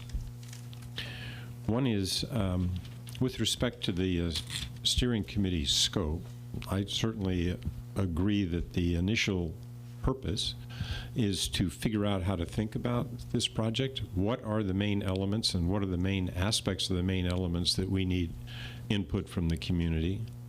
And then how do we go about asking the community. I mean, some people have said, oh, you know, just have one lecture with some PowerPoints and you got it. I think it's more involved than that, but I think that we should think about it deeply. Don't necessarily have to take a lot of time, but we need to think about it. And second of all, although it was just mentioned that, oh, people have been considering this for a year, frankly, in my opinion, there's been a lot of alternative facts bandied about. And so I think that one of the things that the panel should focus on is fact-finding. Let's agree on what the essential facts are, because many people come forth and say, I know what the answer is, but I think the committee should deliberate on what the facts are, and we can post them on the website. I think that as part of that fact-finding, we should invite the important experts and participants in this to actually come before the panel and answer questions in that forum consistently, because we have had a lot of one-on-one meetings and people say, oh, I heard this and this and this. I think we need to get it all out there, out in front, full transparency and very unambiguous as to what's going on. So I would like to hear from Presidio. I'd like to hear from the traffic engineers. I'd like to hear from the lab. I'd like to hear from some of the other downtown business owners and want to hear what they have to say. I don't want to hear what other people have said they've heard them say. I want to hear it directly from them. So I think so I'm suggesting that the way this panel works is we think about the main aspects of the project, we think about how to engage the community on that, and we gather the facts as part of that engagement. So that's what I feel about the thing. I also feel that the first meeting is extremely important, that people understand the Brown Act and what it means, and that we have all of our deliberations fully out in front, and everybody gets to see everything that's going on. So I think that's another important issue here. Now, with respect to the negotiating agreement, I do have a couple of questions, if I may. So it's not immediately obvious to me that we need to do this now, but I would like to know, is this something that Presidio suggested? No, we were just looking to the anticipated duration of the process, where we might go through a steering committee component, a public workshop component, and then a council deliberation component. And okay, I get it. So my concern is, and I talked with Vice Mayor Spadowski about this, and I hadn't talked to anybody else about it, but and I share his concern that we may be giving up some negotiating leverage here by doing this at this point. So I'm not sure. So I would like to hear about that. And the other thing is, one of the questions I would like to ask Presidio is with respect to the market window, because the argument was made when the previous council went out and we went through this process of trying to put the RFP out. I think I heard from staff and others the need to do that because the market window was going to close. We needed to get out there and we needed to rush the process. And I heard people, oh, no, you don't want to do that. Don't rush it. Now, all of a sudden, I'm hearing, well, it's time to speed things up. So I would like to hear specifically from Presidio whether they feel this is necessary at this point before I would be in favor of extending it. So those are my initial thoughts. Councilmember Carling? Yeah, I heard some very useful ideas presented tonight. I appreciate again some of the comments that people have made about how to get started and so on and so forth. So I thought that was very good. I do have is there a way that we can get some of the written information about the Brown Act and our rules and norms and so on out to the people ahead of time so that they have a chance to look at this before we get together for the first time? Yes, Councilmember Carling. Following your appointment tonight, if the council were to appoint the members to the steering committee, they would receive a email memo from me tomorrow morning outlining the Brown Act just as the newly elected officials do. Okay, great. And the Thanks. first meeting we do plan to have a Brown Act training as well as an introduction for all the members. Okay, then the last thing regarding me serving on boards, Mr. Carlin didn't mention whether it was LVPAC or the community group, so I'll speak to both. I was on the board of the LVPAC, Livermore Valley Performing Arts Center, until I got elected, at which point I resigned for future considerations that might involve LVPAC. I wanted to avoid any conflict of interest, so I did resign from that. Regarding the community group, at least from my point of view, I've never been on the board. I did go to a few meetings, that's absolutely true, and I spoke against the Lennar project many times before the election. I have never met with the community group since I was elected, and if my name is on their website, as a member of the board, that is simply wrong. And so I don't see how there would be a conflict of interest. Thank you, Councilmember Carling. Councilmember Coomber. Thank you. I look at those four elements there and nod my head at most of them and shake my head at a couple. And I'm just, I want to address the idea that we need to speed things up. Every time you bring up something of the scope of the downtown redoing, it doesn't shake out of a box and you add water and stir. There are elements from every part of city staff and the community, the council, that have to be weighed. Police and fire have to be advised how this is going to work. We have to hear from so many sources, and we want to make sure we get it right this time. We want to make sure it comes out being what the community really wants. So as far as I'm concerned, this looks like hyperspeed to me, and I'm glad that we can move at this pace. We're doing the right things, I think, instead of rushing into something. If you want to see a development that was rushed into, that few of us here in this audience remember, was look to the east side of town off of Greenville Road when we were going to build the outlet mall, and they would show up, and it's out there. It's barely occupied, even at this late stage. But it's one of the things I use as a model for taking your time when you've got to put something together, essentially from the ground up. So this has to be explored. We have the right elements of the community, I think, on the steering committee. We'll have public comment. We'll have public meetings. We'll have hearings. All those things will be taken into account. Addressing number 4 specifically, I'm not inclined to grant an extension at this point. I'd like to see something first, or see some motion, see where Presidio wants to go with this. Let's get to the point where they are going to be required to, that the work is shown, that they have something to produce to us, and that deserves an extension.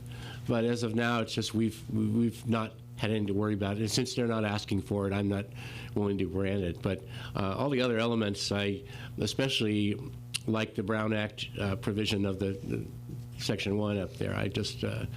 This is that important, and there is a lot of opportunity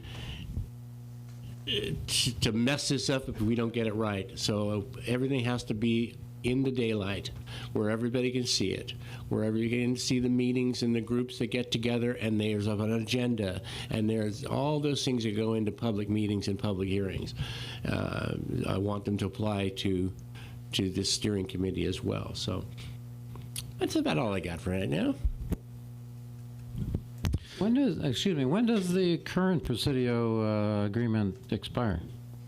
That would expire in May, end of May. End of May, thanks. I agree. We have some good comments tonight. I agree with Ms. King that the Finance Committee needs to look at the financing components to make sure that we have sufficient financing in place to provide the amenities and the infrastructure that the community wants. That's going to be key. As far as the open workshops, remember, open workshops and wide community input from the open workshops got us 400 housing units in the downtown as the original. A large segment of the community spoke in favor of that. And the first Lennar plan was a 40% reduction on that. But this came out of workshops, and there was a lot of community support in public meetings and workshops. We had workshops that gave the impression that the community was overwhelmingly in favor of BART in the downtown. And we found out very clearly that the community did not want BART in the downtown, even though the sense from the workshops and the public hearings that we had was that was the case. So we need to be very careful. So as we talk about the steering committee and their charge, it's not just to engage the public, but we've got a broad spectrum of representation on the steering committee. So I think it's imperative that those members go out to their constituencies and the people that they represent and the people that they speak for, and gain information and gain input from them. And because this is going to be a very broad-based outreach program. So I think that engagement and that input from all the members on the steering committee is going to be absolutely key. We have the Friends of Livermore. We have the Wine Growers Association. We have the Chamber of Commerce. We've got a very wide spectrum of stakeholders and interests. And it's going to be imperative that we get good information and good input from all of those stakeholders and all of those groups. As far as the hotel goes, you ask me where to put a hotel, I'm not a hotelier. What is absolutely key, though, is that the data, the information that we get, is where the hotel will best succeed. Now, I don't have that information. That will hopefully be brought out during this information gathering process. But where will a hotel succeed? The PKF study that we had demonstrated that there was no funding component for a dual-purpose hotel to provide for a freestanding satellite conference center. It just stated that it would simultaneously be delivered. That doesn't work. Somebody's got to pay for it. And we have to understand that the hotel has to succeed. If there are subsidies for anything in the downtown, that's something that we need to have that conversation with the community. Is the community willing to subsidize ongoing subsidies for operations? I think polling could be a critically important tool in this because it's going to give us the ability to get information from a broad base of the community and not just who can get the most people to show up in a meeting. We need to have that broad-based input. So I think that's going to be the real tricky part for the steering committee, is how do we ensure that we get that? But as far as this I love that we got to slow it down and speed up the process. So, but we need to get good information. That's absolutely key. So I think it's important that we, as a council, decided to split this. It was actually Councilmember Carling that came up with the idea during the goal setting about taking the movement of the hotel and the parking first and trying to move that ahead, and then see how everything else drops into place. But what's absolutely key is, where is a hotel going to succeed? And then we can start dropping the other pieces into place. The parking, the relationship between the hotel and the parking is going to be critical. So where are those elements going to succeed? And then once we start to get some of these big blocks dropping into place, then we can start to refine that vision. And then we start looking at different options about where these other blocks go. Remember, we never got to the second part of the plan. The first part was to find out what the market would drive, and then the second part was to find out what the community would support, and then how do you fund that delta? And we never got to the second half. And this time, we've split those two pieces. And we've got some tremendous people working on this. I mean, the folks on the steering committee absolutely understand the folks that they interact with, and I think that their input's going to be key. As far as the ENRA, personally, I would be in favor of amending that to extend it. This is actually the third hotel that we've talked about for the downtown, I think, and I've spoken with Presidio. They're very excited about this. So I would support extending the NRA, because I don't think it limits our options. They're still excited about this. If it comes out that in the course of the plan, either party doesn't want it, I'm sure at that point that could be dropped. But I think that here we've got somebody that's very excited, is willing to work with the community, is willing to invest money in the planning of this. So I would suggest that we keep them on board, since they are willing to work with us, work with the community on that. But with that, I agree with everything else on there, the timeline, the scope. But again, focusing first, a broad-based outreach to all the constituencies that are represented by the members of the steering committee. Refine that information. First and foremost, where is a hotel going to succeed, and how do we get the parking to work? So you guys got your work cut out for you. Yeah. So can I? Sure. So I want to. I think everything I heard here, I kind of agree with in terms of how we're going to run this. So I would. And then one other comment I'd like to make with respect to the negotiating agreement. I absolutely want to keep Presidio on board. What I'm saying is, before I extend it, I'd like to hear them request it and actually say the time frame's okay. Because that's actually one of these facts, or assumptions. I mean, it's facts and assumptions, so that we need to get clear. So I want to make sure they're on board through November. Okay. Let's hear them say that works. Then we can understand things, right? So what I would also, I wasn't sure I heard any affirmation. I think I might have heard it from you, that in fact one of the purposes of this committee is to gather the facts. Okay. So I'd like to make the following motion, if I may, and see if this works. So I'll move staff recommendation for 1, 2, and 3, with adding to 3 the fact and assumption clarification, and deleting 4. Until we find out from Presidio. Until we hear from Presidio. I cannot say it any stronger. I want to work with him, and I want it. I'm open to extending it, but I would like to hear from them first. So Say again what my you motion. wanted to add to 3. Pardon? Say again what you wanted to add to 3. I just wanted to make sure that so far what we have in 3 on the scope is what are the key, how to do the outreach. So identify what the key elements are and how to do the outreach. Yeah. And I wanted to add to that to make explicitly that the steering committee will be the one that gathers and the facts and assumptions that are the basis for the outreach. Gathers the facts and identifies the assumptions. Right, right. And then I think I would defer 4.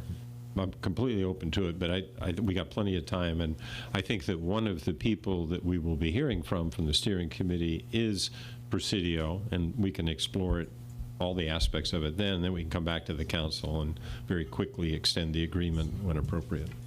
Yeah, I'd second that. Yeah. Okay, it's been moved and seconded. Any discussion on the motion? Is that sufficient clarification and direction for staff? Yes. Okay, then in that case, all in favor of the motion, signify by saying aye. Aye. Any opposed? Abstentions? You got your marching orders. Go forth and gather data. Great, thank you. By the way, great staff report, great white paper, all good information, so thank you very much.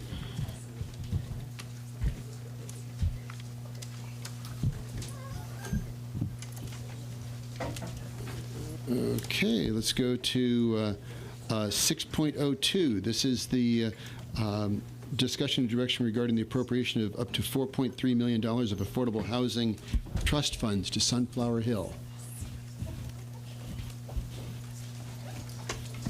Welcome back. Thank you. I mean that sincerely. Thank you. So nice to be appreciated. Good evening, Mayor and City Council. I'm Fran Reisner, the Housing Programs Manager. And tonight for your consideration is approval of a loan agreement and regulatory agreement for the Sunflower Hill Livermore project.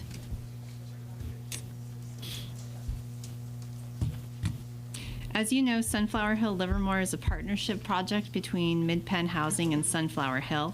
It will offer a unique model which will include permanent affordable housing with services and recreational amenities on site to support the needs of individuals with developmental disabilities. The additional service and recreational elements will include social activities, meal services, and vocational programming. The development, which was approved by City Council on March 13th, will provide 45 units, including 44 studio and one-bedroom affordable units and 1 unrestricted manager's unit. Currently, the city has 24 restricted permanent units, affordable units for developmentally disabled persons, and this project will contribute to a severe shortage of this housing type. The project will serve individuals with incomes that range from 20% to 50% of the calculated area median income for Alameda County. This means that rents will be affordable for individuals that earn as little as around $13,660 per year, which is roughly persons earning, receiving disability income as their sole source of income, to $36,575 per year. Units in the project will be restricted at different rent levels to serve those individuals. The rent levels will be set based on assumed household sizes and the premise that those households can generally afford to pay no more than 30% of their monthly income towards rent. Therefore, the rents in the project will range from $341 per month to $781 per month. The project has also received a commitment of 25 project-based Section 8 vouchers from the Livermore Housing Authority, which will help the project financially and ensure that rents can remain affordable to the lowest income tenants in the project. So as typical with all affordable housing developments, the partnership will seek several different sources of housing from a variety of public and private sources. And it will include a private mortgage loan, the City of Livermore's Affordable Housing Trust Fund, Alameda County Affordable Housing Bond funds for the East County region, a Federal Home Loan Bank Affordable Housing Program grant, lower income housing tax credit equity, and the partnership will also contribute make an equity contribution of their own. The total project cost is over $22 million.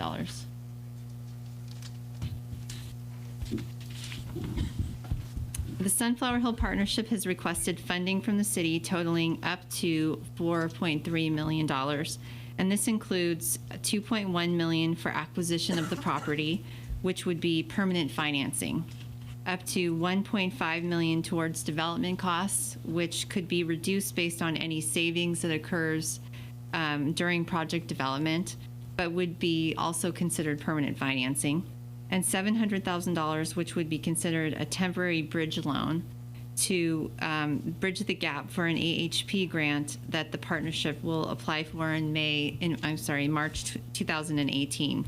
And the funds would be repaid to the city once received from that grant. This will allow the partnership to apply for other major funding in the next year, with the goal of starting development as soon as possible. The total permanent subsidy requested from the city is up to $3.6 million, which breaks down to $81,818 per affordable unit. And this is reasonable and consistent with previous contributions from the city for affordable housing projects. The loan terms would be consistent with other affordable housing loans provided by the city in the past and would carry a simple interest rate of 3% over a 55-year term. Repayment of the loan would be made from available cash after the project has paid all operating expenses and funded its reserves.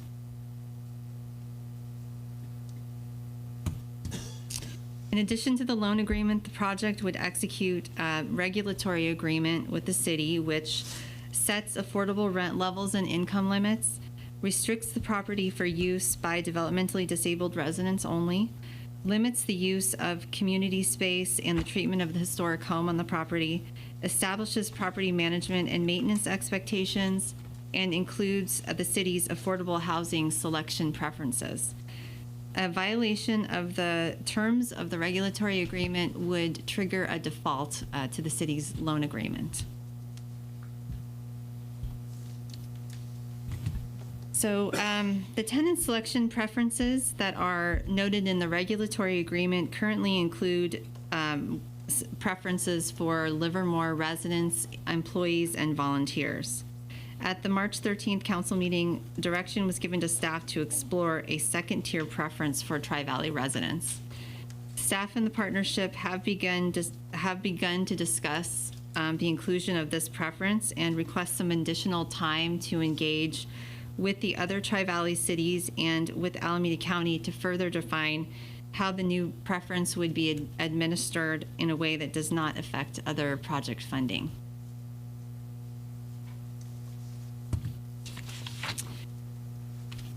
And I apologize. Just a note to that staff would recommend council authorize the city manager to amend the regulatory agreement to include a preference for Tri-Valley residents, subject to the results of those conversations with the other funders, and that will be included in staff's final recommendation. So the partnership will apply for all major funding beginning in June 2017 and hopes to secure all funding by May 2018.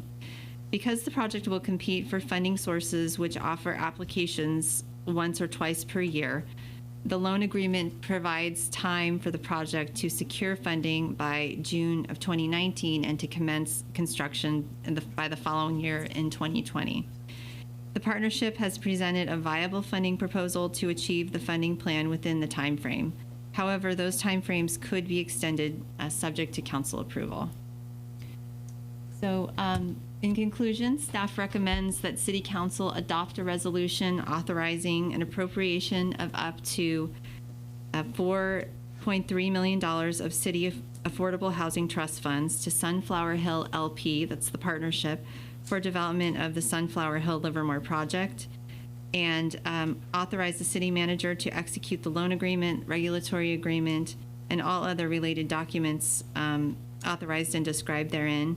And in addition, that the city manager, authorize the city manager to amend the regulatory agreement to include the Tri-Valley selection preference, subject to concurrence with other city funding partners. And that concludes staff's presentation. I've seen Sunflower Hill, Susan Howden and Jan Lindenthal and team from MidPenn are here to provide any additional information that council may want or answer questions as well. Thank you very much. Questions from council? I'm a little confused.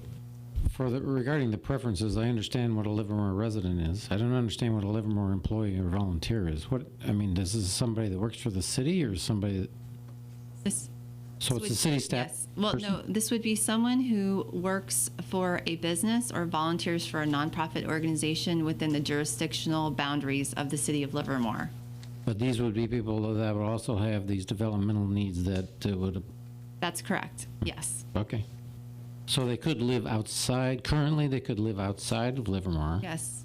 But work for, I don't know, Safeway. Yeah, Thank right. you. Anyone Okay. may apply, but the preferences provide an extra bonus for people who have a connection to Livermore, such as living in Livermore Okay. or having the employment or volunteer connection. Okay, thanks. Councilor Coomber? And the hierarchy of adding the Tri-Valley selection to the prior two, is it the third element of that, or is it going to be somewhere in between, or in terms of stating preferences? Will Livermore be first? Those who work in Livermore or whatever, as you just were speaking with Yes, it was, Councilmember Carling? Yes. And then Tri-Valley residents? that's correct. All right, That's cool. our understanding. Good. Thank you. Councilmember Warner? Do we have any public comment? Yes, we do. I just Oh, wonder if wait. you had any questions. Wait, I don't have any questions. I have one card. Connie Copps, 6.02. Any questions, comments? So I'm wondering if that is like the best use of our affordable, like our housing allocation, our housing trust funds. That's a lot of money. I think it's a beautiful project. I really like how it's cyclical, and how there's a lot of things that, go full circle. This group supports this, and that group supports this, and that group supports this. I had a similar business model that was very cyclical, that was meant to help different deals. But the problem was, I'm not really cynical, but even with nonprofits, 10% of profit, your nonprofits are allowed to take. And then, I'm not exactly sure of the business structure, and who could be unless you spent a couple days studying it. Because according to what I saw, you've got, Livermore, you've got Sunflower Hill, Livermore LP, you've got Sunflower Hill Inc., according to a web page I think I saw. You've got a bunch of different housing organizations and different people on the board. I think Hello Housing's involved. So there's a lot of layers into this where I really would want you to fine-tooth comb it before you took any of our taxpayer money to put it into it. It looks beautiful. There shouldn't be any real rush on this as far as, what it can and can't do. There's probably other ways to, finance some of this. But what my main concern is, like years ago when Springtown's board of directors decided they weren't in anymore and they walked out, we were left with a mess. And it generally got ignored for a long time because it was complicated. This is a complicated structure. If something goes wrong with it, it could get ignored. And I didn't mean to sound, again, I didn't mean to sound cynical, but I have made my career working with children in many special needs situations and many developmentally disabled people, and we spend so much time trying to get them included into society. This almost appears like a project to me. 44 is a lot of people who have special needs, and it's like, I don't know, when all the people I know that have special needs, they don't want that to define them. They don't want to be in the middle of a project. They don't want to be in a group home. They want some choices. And group homes, group homes they have a little more choices. I think it's wrong to put any kind of a structure on, I think if you do something like this for this many people, too, of our disabled population, you're going to have to kick in for all of our disadvantaged population, because it wouldn't be fair. These are, pretty good. Also, just the other, the Sunflower Hill project is beautiful.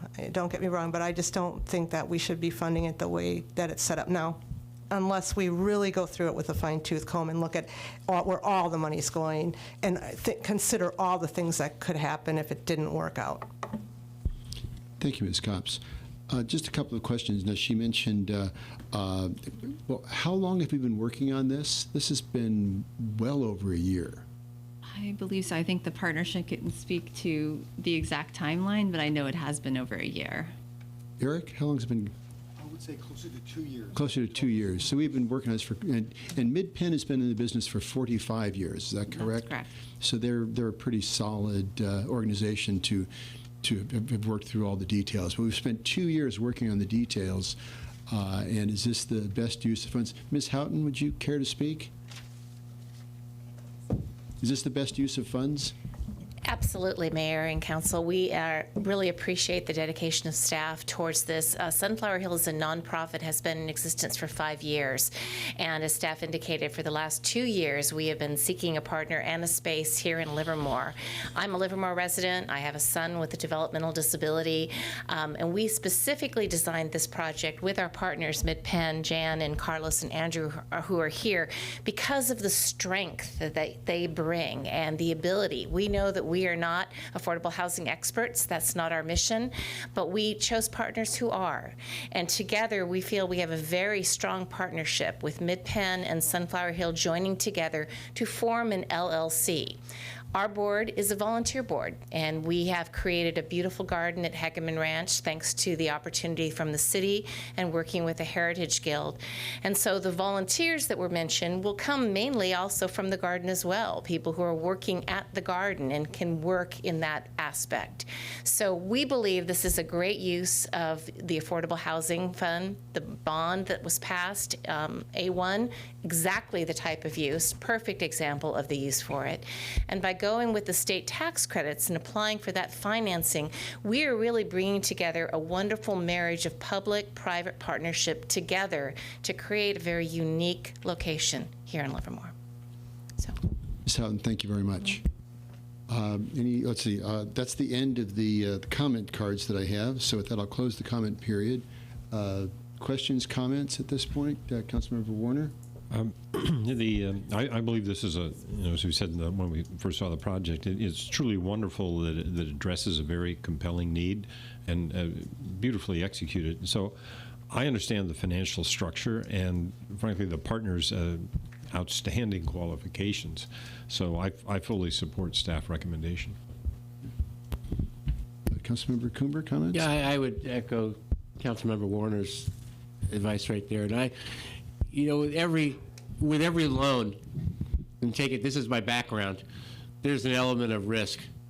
And we've, with staff's incredibly diligent assistance, have caused us to evaluate that risk and every aspect of that risk.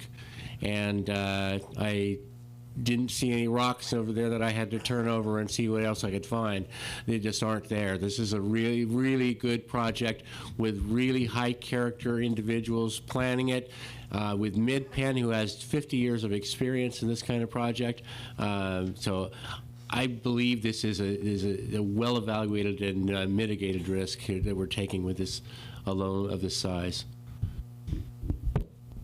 Councilmember Carling? I'll just say I think it's a terrific project, and I agree with everything that my peers have said.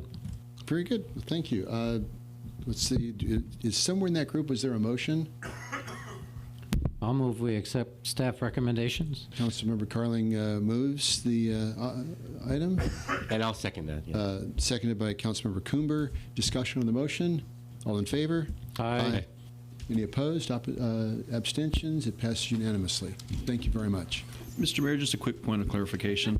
For the motion by Mr. Carling and approved by seconded by Mr. Coomber, that was for the recommendation on the screen before us, that Yes. page? Very Yes. good. So we will add that third bullet point to the actual affirming resolution. Just a point of housekeeping. We'll make sure the final resolution has that. Oh, okay, okay. With that said, thank you. Thank you very much, and wish you great success on the project. It's been a long time coming, so thank you. Okay, moving on to 6.03, discussion and direction regarding the asset management program, specifically in this case for walls. Do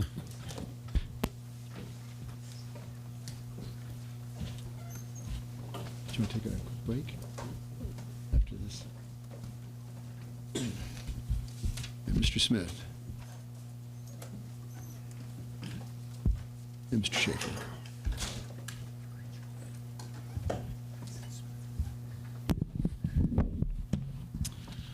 Well, good evening, Mayor and Council members. My name is Anthony Smith, a management analyst in the Public Works Department.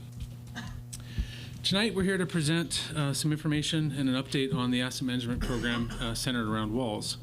Just wanted to take a quick moment to look backwards at some of the steps we've already taken in the program.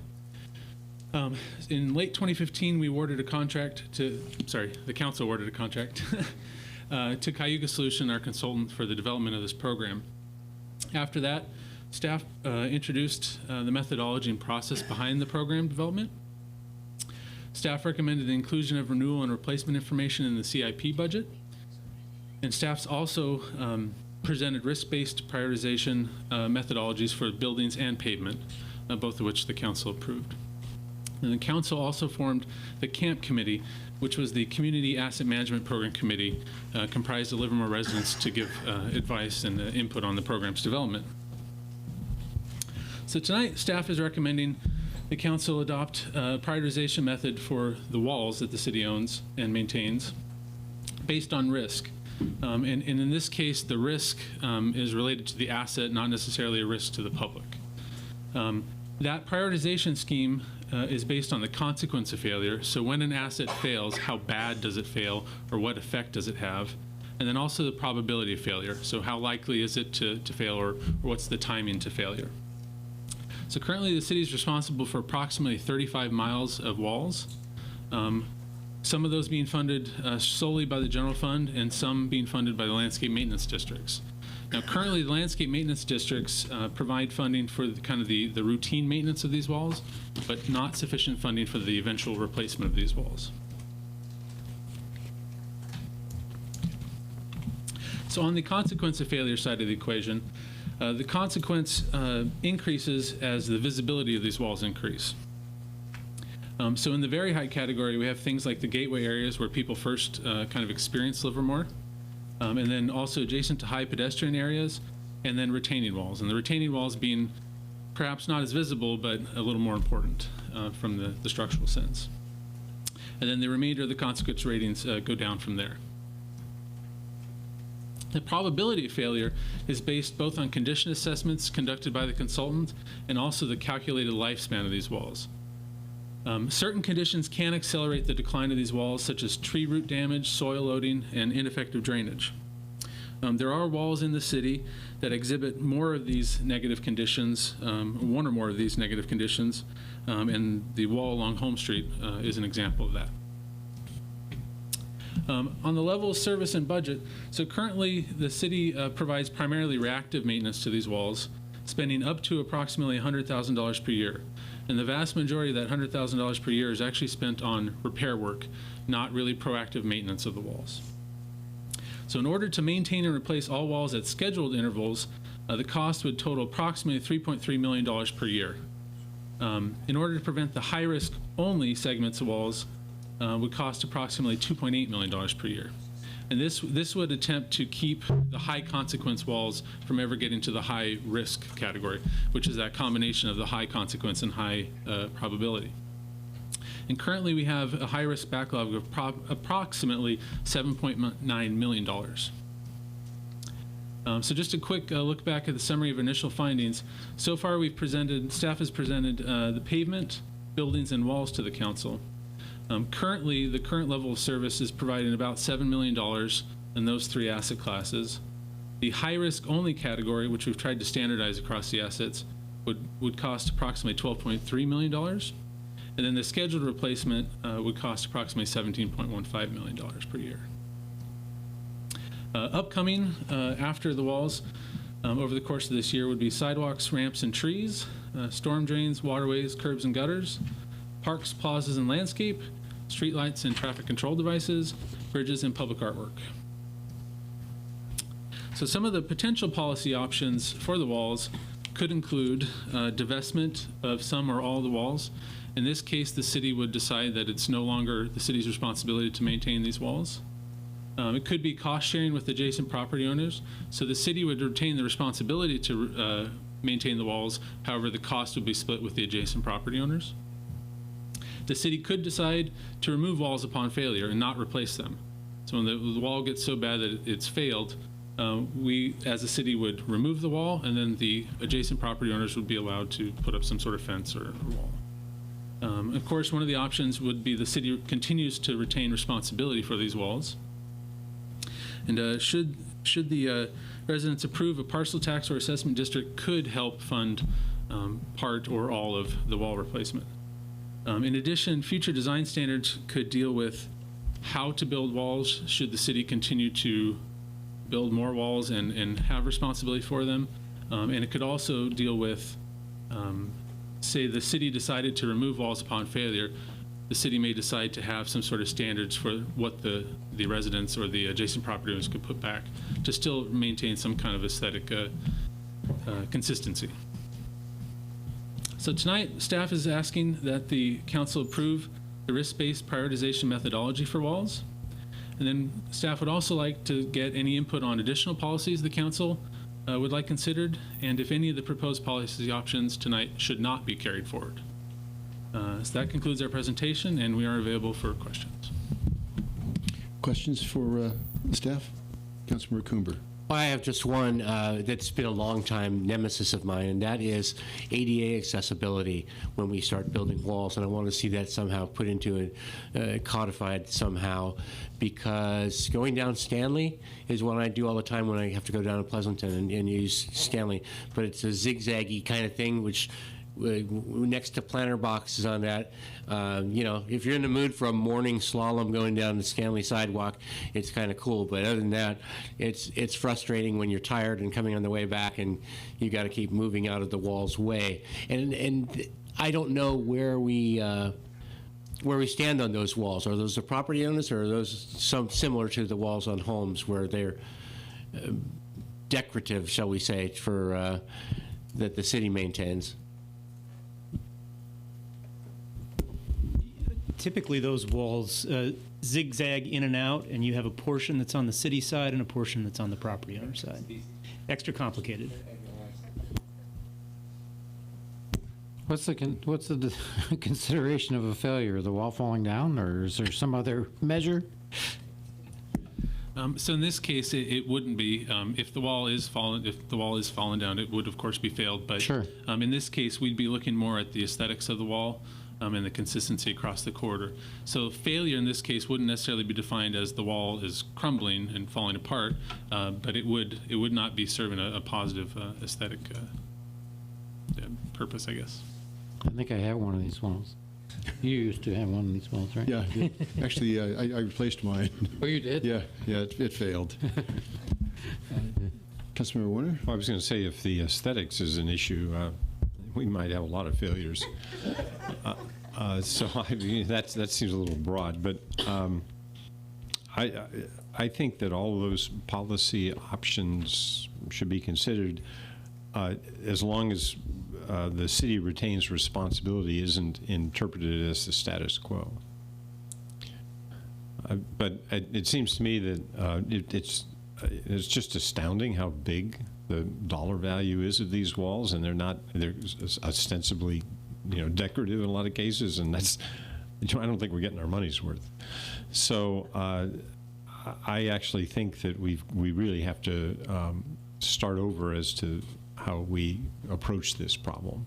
But it does not seem, given all our asset management issues, that this amount of money into something that really isn't serving the decorative purpose, we can't keep going. So we have to re-baseline this and come up with some really innovative solutions. And I think fundamentally it comes down to if somehow the property owner has to want these walls. Otherwise, I'd put some drought-tolerant vegetation in place. I think that what we've seen on homes is the rather spectacular failure of walls that were considered originally decorative walls, but unfortunately the property owners took them to be retaining walls, and that's one of the reasons they've failed, is because there are these mounds of dirt behind them, and of course when dirt gets wet, it gets heavy, and we've seen the failure of that. So the idea of perhaps either divesting these walls to the property owners, perhaps some cost sharing as we begin to move these walls from city ownership and city responsibility to private ownership. I don't know if we just hand them the deed to the wall and say it's yours and then run off, or just what the mechanism is for that. But certainly I agree with Councilmember Warner that it's a staggering cost for the city in the long term, but there needs to be some way to fold this into the asset management plan to find a workable system where when these do fail, that we can recoup the costs that are incurred by the city if it was due to poor decisions by the property owners. That if the walls have failed because of poor decisions that they had made, that the city should not be held responsible for that. Just think about it in perspective. I mean, these are supposed to be decorative, and for the most part, imagine we spent that on artwork. I mean, we'd be all be an outstanding place. So It was both security and decorative, so they served a dual purpose. And until people started piling dirt behind them, they started falling onto the sidewalk. They weren't too bad. I imagine when they first went in, they looked fairly nice, but I wasn't here when they did that, so it's not my fault. I'm glad when I can fall back on that one. It's not my fault. Yeah, but it's your problem now. Yeah, it is. Yeah, and that's what's even more important than it is my problem. It's our. You know what? It's our problem. So it's not just mine. It's ours. So we've got some direction as far as better design standards, divestment. What would be the mechanism for a property tax or an assessment district, other than it would require a vote of that? Similar to an LMD. So the odds are probably slim and none that would fly. Okay. Yeah, none. Okay. So what is the pleasure of the council to look for staff to employ all these tools? Yeah, I actually think it's going to depend on the situation, and that having this all in the toolkit's worthwhile. And some of them will be more feasible in some cases than others. So I wouldn't preclude, as they say, anything here other than the we can't keep going on the way we are. And I also agree with the suggestion on the future design standards that in addition to all the other factors that might be going into that, the ADA considerations are important as well. So at this point, you're just looking for affirmation that this is an appropriate toolbox? Okay. Yes, and approval of a motion for the criteria. Okay. All right, so with that, is there a motion? I'll also move the criteria. Moved by Councilmember Warren. Second it. Seconded by Councilmember Coomber. Discussion on the motion? In favor? Aye. Aye. Any opposed or abstention? It passes unanimously. Great, thank you. Yeah, it's amazing.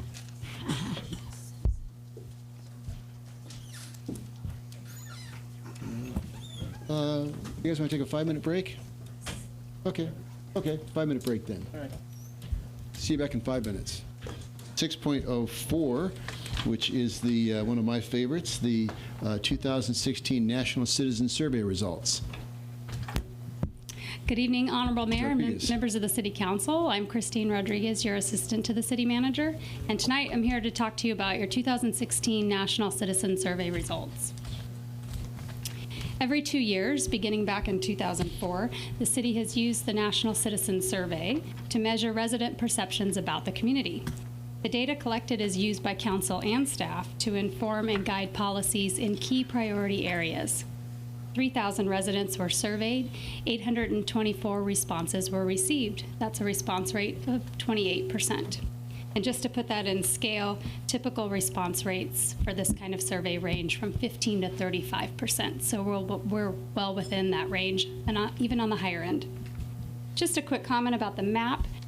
As you can see, the survey also captures geographic subgroup data, and those are represented by the 5 different colors. We have a northeast, a northwest, a southeast, a southwest, and a central Livermore community. In the past, residents have often inquired how they can participate in the survey if they are not part of the random sample. There was no opportunity to do so until the 2016 survey. At this time, the city took advantage of an option to collect community responses via a distinct website link, which was posted for 2 weeks in December of 2016 on nextdoor.com. We received 354 responses online. The demographics for those respondents tended to be older and higher income, and they generally rated the categories more favorably as well. For example, community characteristics, such as quality of life, tended to be about 4.5% higher than the random sample, and community engagement categories were rated significantly higher, 13.5%. More on the opt-in results can be found in the staff report. However, the rest of my presentation this evening focuses on the random sample survey, which does not include any of the opt-in data. Once again, as in past years, the survey results were extremely positive. with 9 out of 10 residents rating the quality of life in Livermore as good or excellent, and almost all would recommend Livermore as a place to live. In the category of safety, 9 out of 10 respondents feel safe in their neighborhood, as well as in the downtown. In the category of community image, 8 out of 10 respondents rated Livermore's overall appearance and reputation as good or excellent. And this category also includes the city's overall image, neighborhoods, and Livermore as a place to raise children.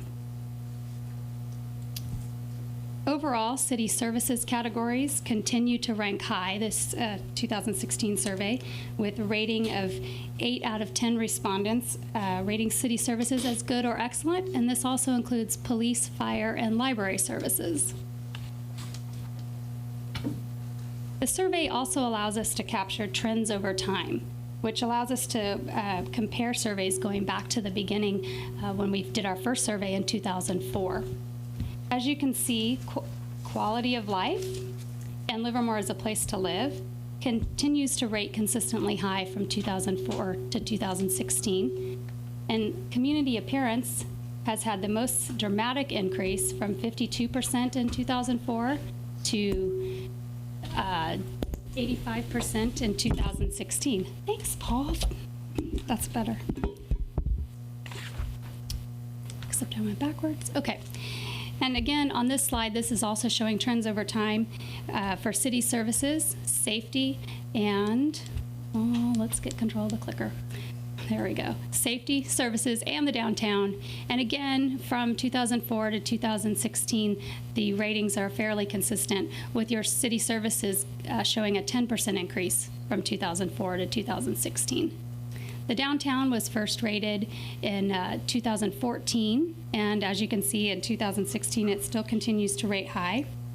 I just want to remind you, as I stated earlier, there's a 3%, or as I was supposed to state earlier, there's a 3% margin of error for this survey. So actually what that means is over time, these numbers are relatively consistent. And as an item of particular noteworthiness, the downtown, when compared with 33 West Coast communities of similar size, is ranked number 1. Yes. The 2016 survey also included 3 questions that were specific and important to Livermore. The first question asked residents to what extent, if any, there is support for a BART extension along I-580 to a station at Isabel. And as you can see from the pie chart, 73% of the respondents somewhat to strongly support that. The second question, we asked residents if homelessness was a problem in Livermore. And again, as you can see in the pie chart, 67% feel that it is a moderate to major problem. And lastly, we asked residents to what extent they support or oppose the city building supportive housing for Livermore residents experiencing homelessness. And as you can see in the chart, 70% somewhat or strongly support that concept. In conclusion, the 2016 National Citizen Survey results are notably positive and demonstrate that nearly all residents view Livermore as having a good to excellent quality of life. The trends over time allow us to see that since 2004, Livermore's results have steadily improved in a majority of survey categories, with significant improvements in the community appearance. Staff has developed communication strategies to share these positive results of the survey with the community through social media, publications, programs, and events, and we will continue to do so as those opportunities arise. And that concludes staff's presentation, and we are available for any questions you may have. Very good. Thank you. Questions? The staff? Well, I maintain that you can't get 96% of the people to agree the sky is blue. And the fact that 96% agree that Livermore is a great place to live, and the ones that opt in was 97%. It's phenomenal. And the library in 2011, 84%. Opt-in this year was 95%. That's excellent. That's tremendous. And in 2011, the City Council moved to change the election date from odd years to even years. And the last odd year election that we had, 2011, the responses were 69% of people voted. This year, it was 89%. So the increase of 20% voter participation. That's what we want. We want people to get out and vote and speak to the elected representatives. And the opt-in number was 98%. So what we've done is we've gotten a lot more community input, a lot more participation by moving the election date to even years. So I think that was a great victory for the electorate and for the citizenry to get their message out. So I think it's great. So and this speaks to what a great job our staff is doing. So that I greatly appreciate what everyone's doing. And congratulations, great success. Thanks.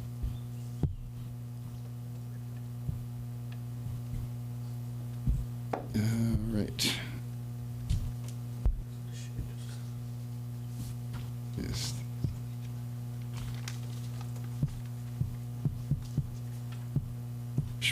Okay, there we go. Okay, so appointment to appointment of alternate. This is something that Vice Mayor Spadovsky brought up at the last meeting. The need to appoint an alternate to the East Bay Community Choice Energy Joint Powers Authority.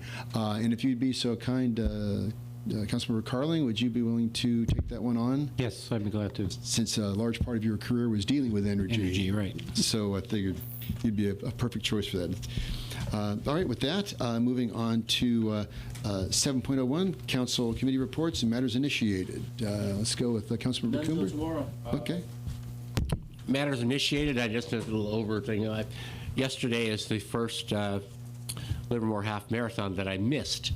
And because we were opening the Four Wheel Bob movie in Los Angeles, so rushing back to get ready for the start time would have been tough. But I saw Ms. Snedeker's assessment of it. I'm sure it was an incredible event. It always is. Running events are great. Runners are great people. And I get to have so many one-liners all the way down the road when I'm yelling at people that I pass. I have so much fun. So we have a great time. But I'm glad it was a success. I'll be in it next year, I presume. So, but I have no meetings. I'm back at it tomorrow. Yeah, it was a great event. Yeah, it always is. It's always fun. Councilmember Carling? Yes, so I had, as usual, I had two stopwaste.org meetings this month on the 9th and the 22nd. It was on the 22nd, they also had an opportunity to celebrate some businesses within the county that have been particularly good at recycling and reuse, and that was a terrific event. So celebrating some of those businesses that are in our community that are making a real effort to go over and beyond to try and recycle and reuse. That was really good. The other thing I did in the middle of the month in the mayor's stead, when I think he was in China at the time, was to welcome the students and their leaders from Yotsukaido. So you may know that sister city in Japan of Livermore is Yotsukaido, and there's a group or a organization called the Livermore Yotsukaido Sister City Organization, and they sponsor both students, 8th graders from Livermore going to visit Yotsukaido, and then the reverse, of course, is what was happening the 15th through about the 22nd of March here in town. And so I greeted them when they arrived on the bus from the airport. I'm certain worn out by that time and didn't want to listen to some politician standing up there making a speech, so I kept it very brief. And then I also was invited back again in lieu of John to participate in the reception that they had at Menden Hall on the Saturday evening when they were here. And recall the time years ago when I was the Boy Scout leader of Troop 942, when we had the Boy Scout troop from Yotsukaido, Japan, come over, and we actually housed one of the scouts from Yotsukaido. And near as I could tell, the only words that in English that he knew was Big Dog, which was a description of the 125-pound German Shepherd that we had at the time. So anyway, it's a terrific organization, and one of the points made by one of the council representatives from San Francisco was that of all the sister cities programs that are with Japan, Livermore's is one of the strongest and has been ongoing for 40 years. I think that's pretty remarkable. And so that was a very fun, energizing event. Thank you for representing. Oh, my the pleasure. city. I was glad to do it. Yeah, no, it's a it was a lot great of fun. bunch. They Yeah. really are very enthusiastic. Oh, absolutely. And the kids put on this wonderful sort of skits and dances and things like this. They have a good time. And they create lifelong friendships. Yeah, absolutely. Great. Thank you. Councilmember Warner. Yeah, so I agree with that. I had the opportunity a few years ago to welcome one of those groups, and it's kind of fun, and especially since my younger son lives in Japan, for a number of years. So at the time, I could actually say something in Japanese, but not that I could do it now. But anyway, what I did was attend a couple of meetings. One was Livermore Downtown Inc., and it was pretty much, I'd say, a routine meeting. A couple of things of interest. One is that the board installation dinner was recognized as a really good event, and we want to be able to expand upon that next year, and that means recruiting more of the downtown businesses to participate. But generally, that was it was upbeat kind of conversation on that board installation. So the other thing was that I attended was the Intergovernmental Committee meeting, along with Councilmember Coomer, and a couple of things. And if you can remind me, I'm not going to mention everything on the agenda, but a couple of them. One was the discussion around the desire to align the cities and the park districts' policies or ordinances with respects to dogs on leashes. That's a very important item for a number of people, and so we're working on that. But the agencies have both agreed to align, and then the question is really now around whether we should have those extendable leashes allowed or whether it's a fixed leash. But other than that, it's I think we're making good progress. Anything else you want to say on that? I can't think of anything too much. We got a report from the school district about a few things. Oh, no, but I meant on the leash. Oh, the leash thing? No, as a 3-dog owner, they object to leashes, so we usually have to go somewhere where they can run around a little bit. I will say that of all the cities in the Bay Area, we're the only one of our size with 7 dog parks. So if you got dogs, we're the place to be. That wasn't on the survey, I don't believe. No, I'm just kidding. So, and my house backs onto a park trail, and I see people all the time releasing their dogs and trying to control them, and some of the interactions that don't go too well. And I see a lot of other people that are quite conscientious in maintaining the dogs on the leash. So I think there's opportunity to first to align and then improve how we deal with it. Then the other thing is I think I got, and you can again tell me on this, a consensus towards the end for all 3 agencies can come together and speak to how they support the arts, to what extent, and we can examine the charters, but just put the information out there as to what extent currently the agencies are doing that, and it's quite extensive. So I think we've agreed to go there, and then that's one of the steps. And then also there was an update on the park and trail inventory, as well as just where are open spaces. But as the city expands, I mean, we hear occasionally, well, we want more open space or this or that. And so I suggested that we get the GIS overlay of the several maps of, what do we currently have, where's expansion going on, what do people want, and just begin to get ahead of it in terms of the future, especially as we get more and more towards build out and we're doing infill. So we're making progress on that. So finally, on matters initiated, and this is something I'm wondering about, and maybe staff could weigh in on it. If you look at the San Jose decision, with respect to the use of the personal devices. So I hate to think about this, but I'm getting to the point where I think it, for my own well-being or whatever, I'd like to suggest that we get separate devices for our phones. Because what I'm finding is I've got my city phone forwarded to my personal phone, and then some people have my cell phone number basically, and now they get sending text in there, and it's not really practical to do business for the city on your city landline phone. I mean, it's just not. So I hate to think about it, but I've got one for my day job, I got one for personal, and now I'm thinking I got to have a device, the phone for the city.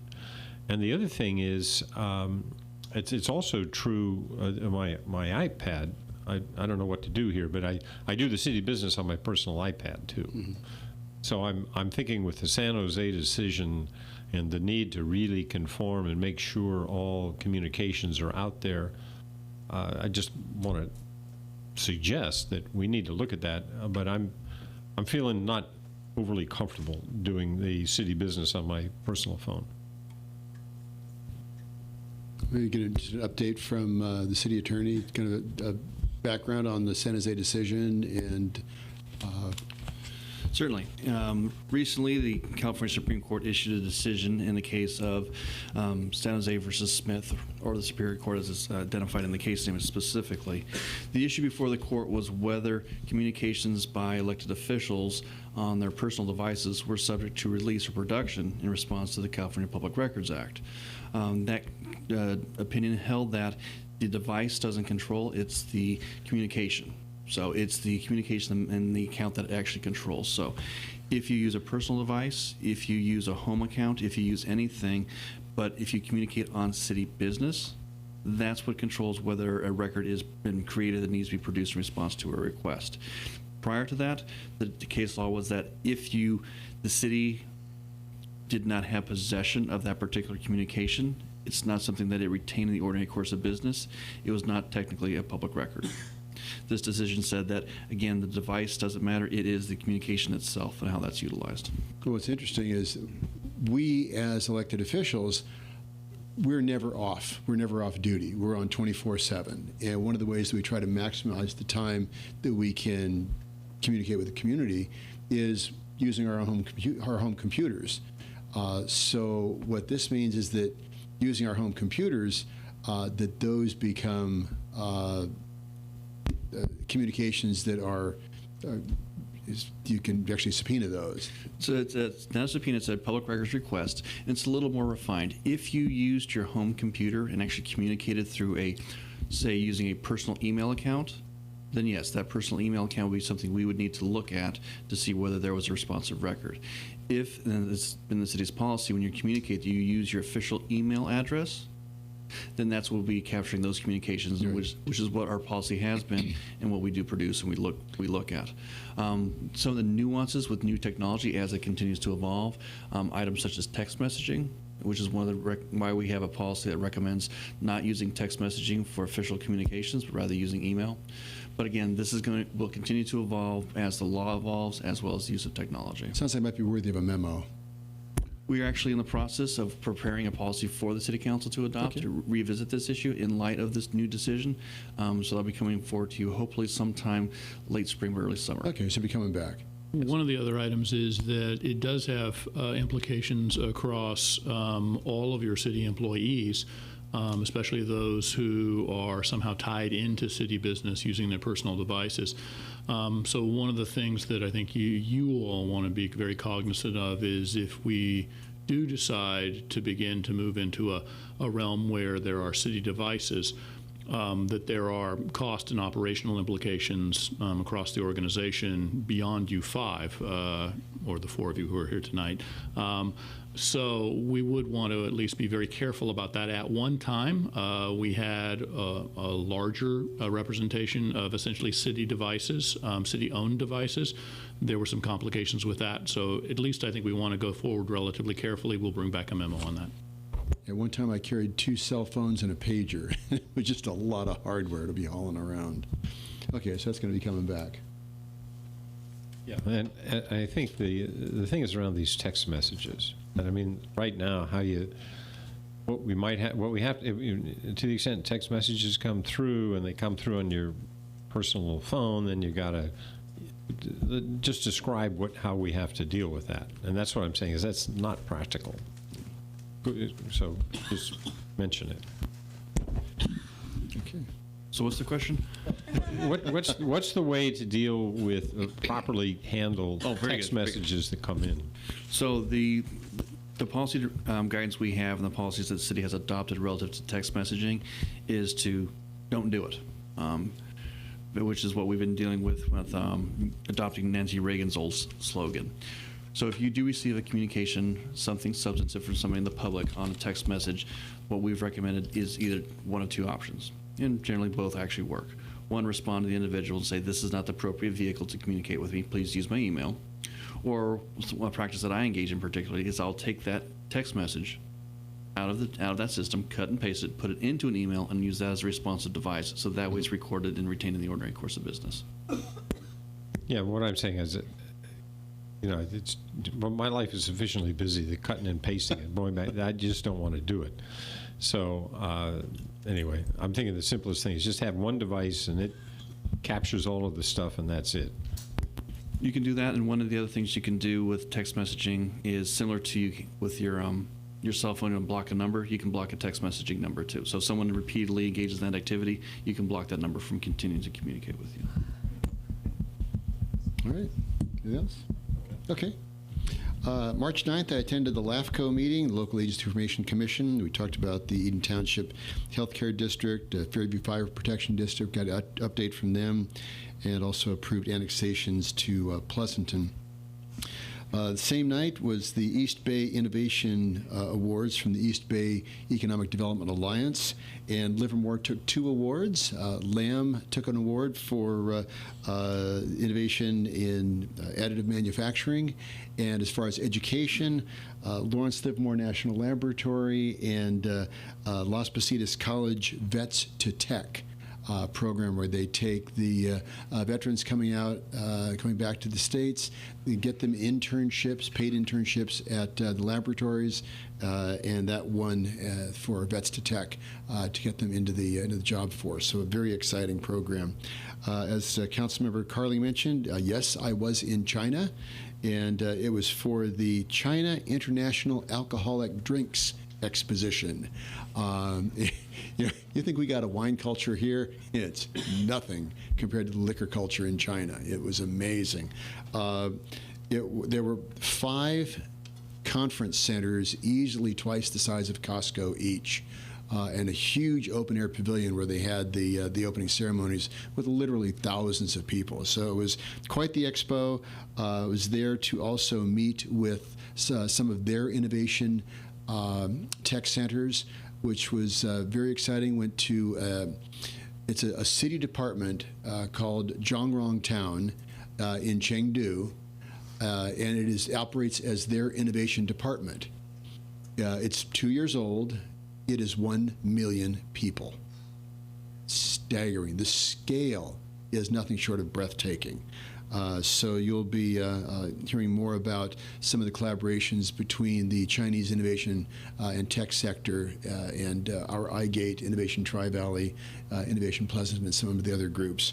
And also the idea of opening up some of these Chinese markets to the Livermore wine industry. On the 23rd was the Alameda County Transportation Commission. I got an update on the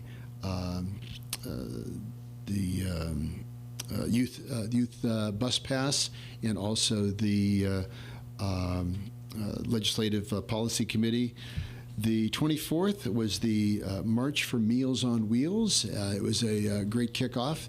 We did a ribbon cutting at Lifestyles RX, where they're doing a lot of the meal prep there. Actually went out and delivered for the meals to some of the seniors in the community. It's a wonderful program, and certainly encourage everyone's support for that. And finally, this comes as a real jolt. I would like to adjourn this meeting in memory and honor of Herman Leiter, a man who served this community for many, many years. And I was at this dais with Marge Leiter. So for the many years of service to this community, adjourning in memory and honor of Herman Leiter. Thank you very much.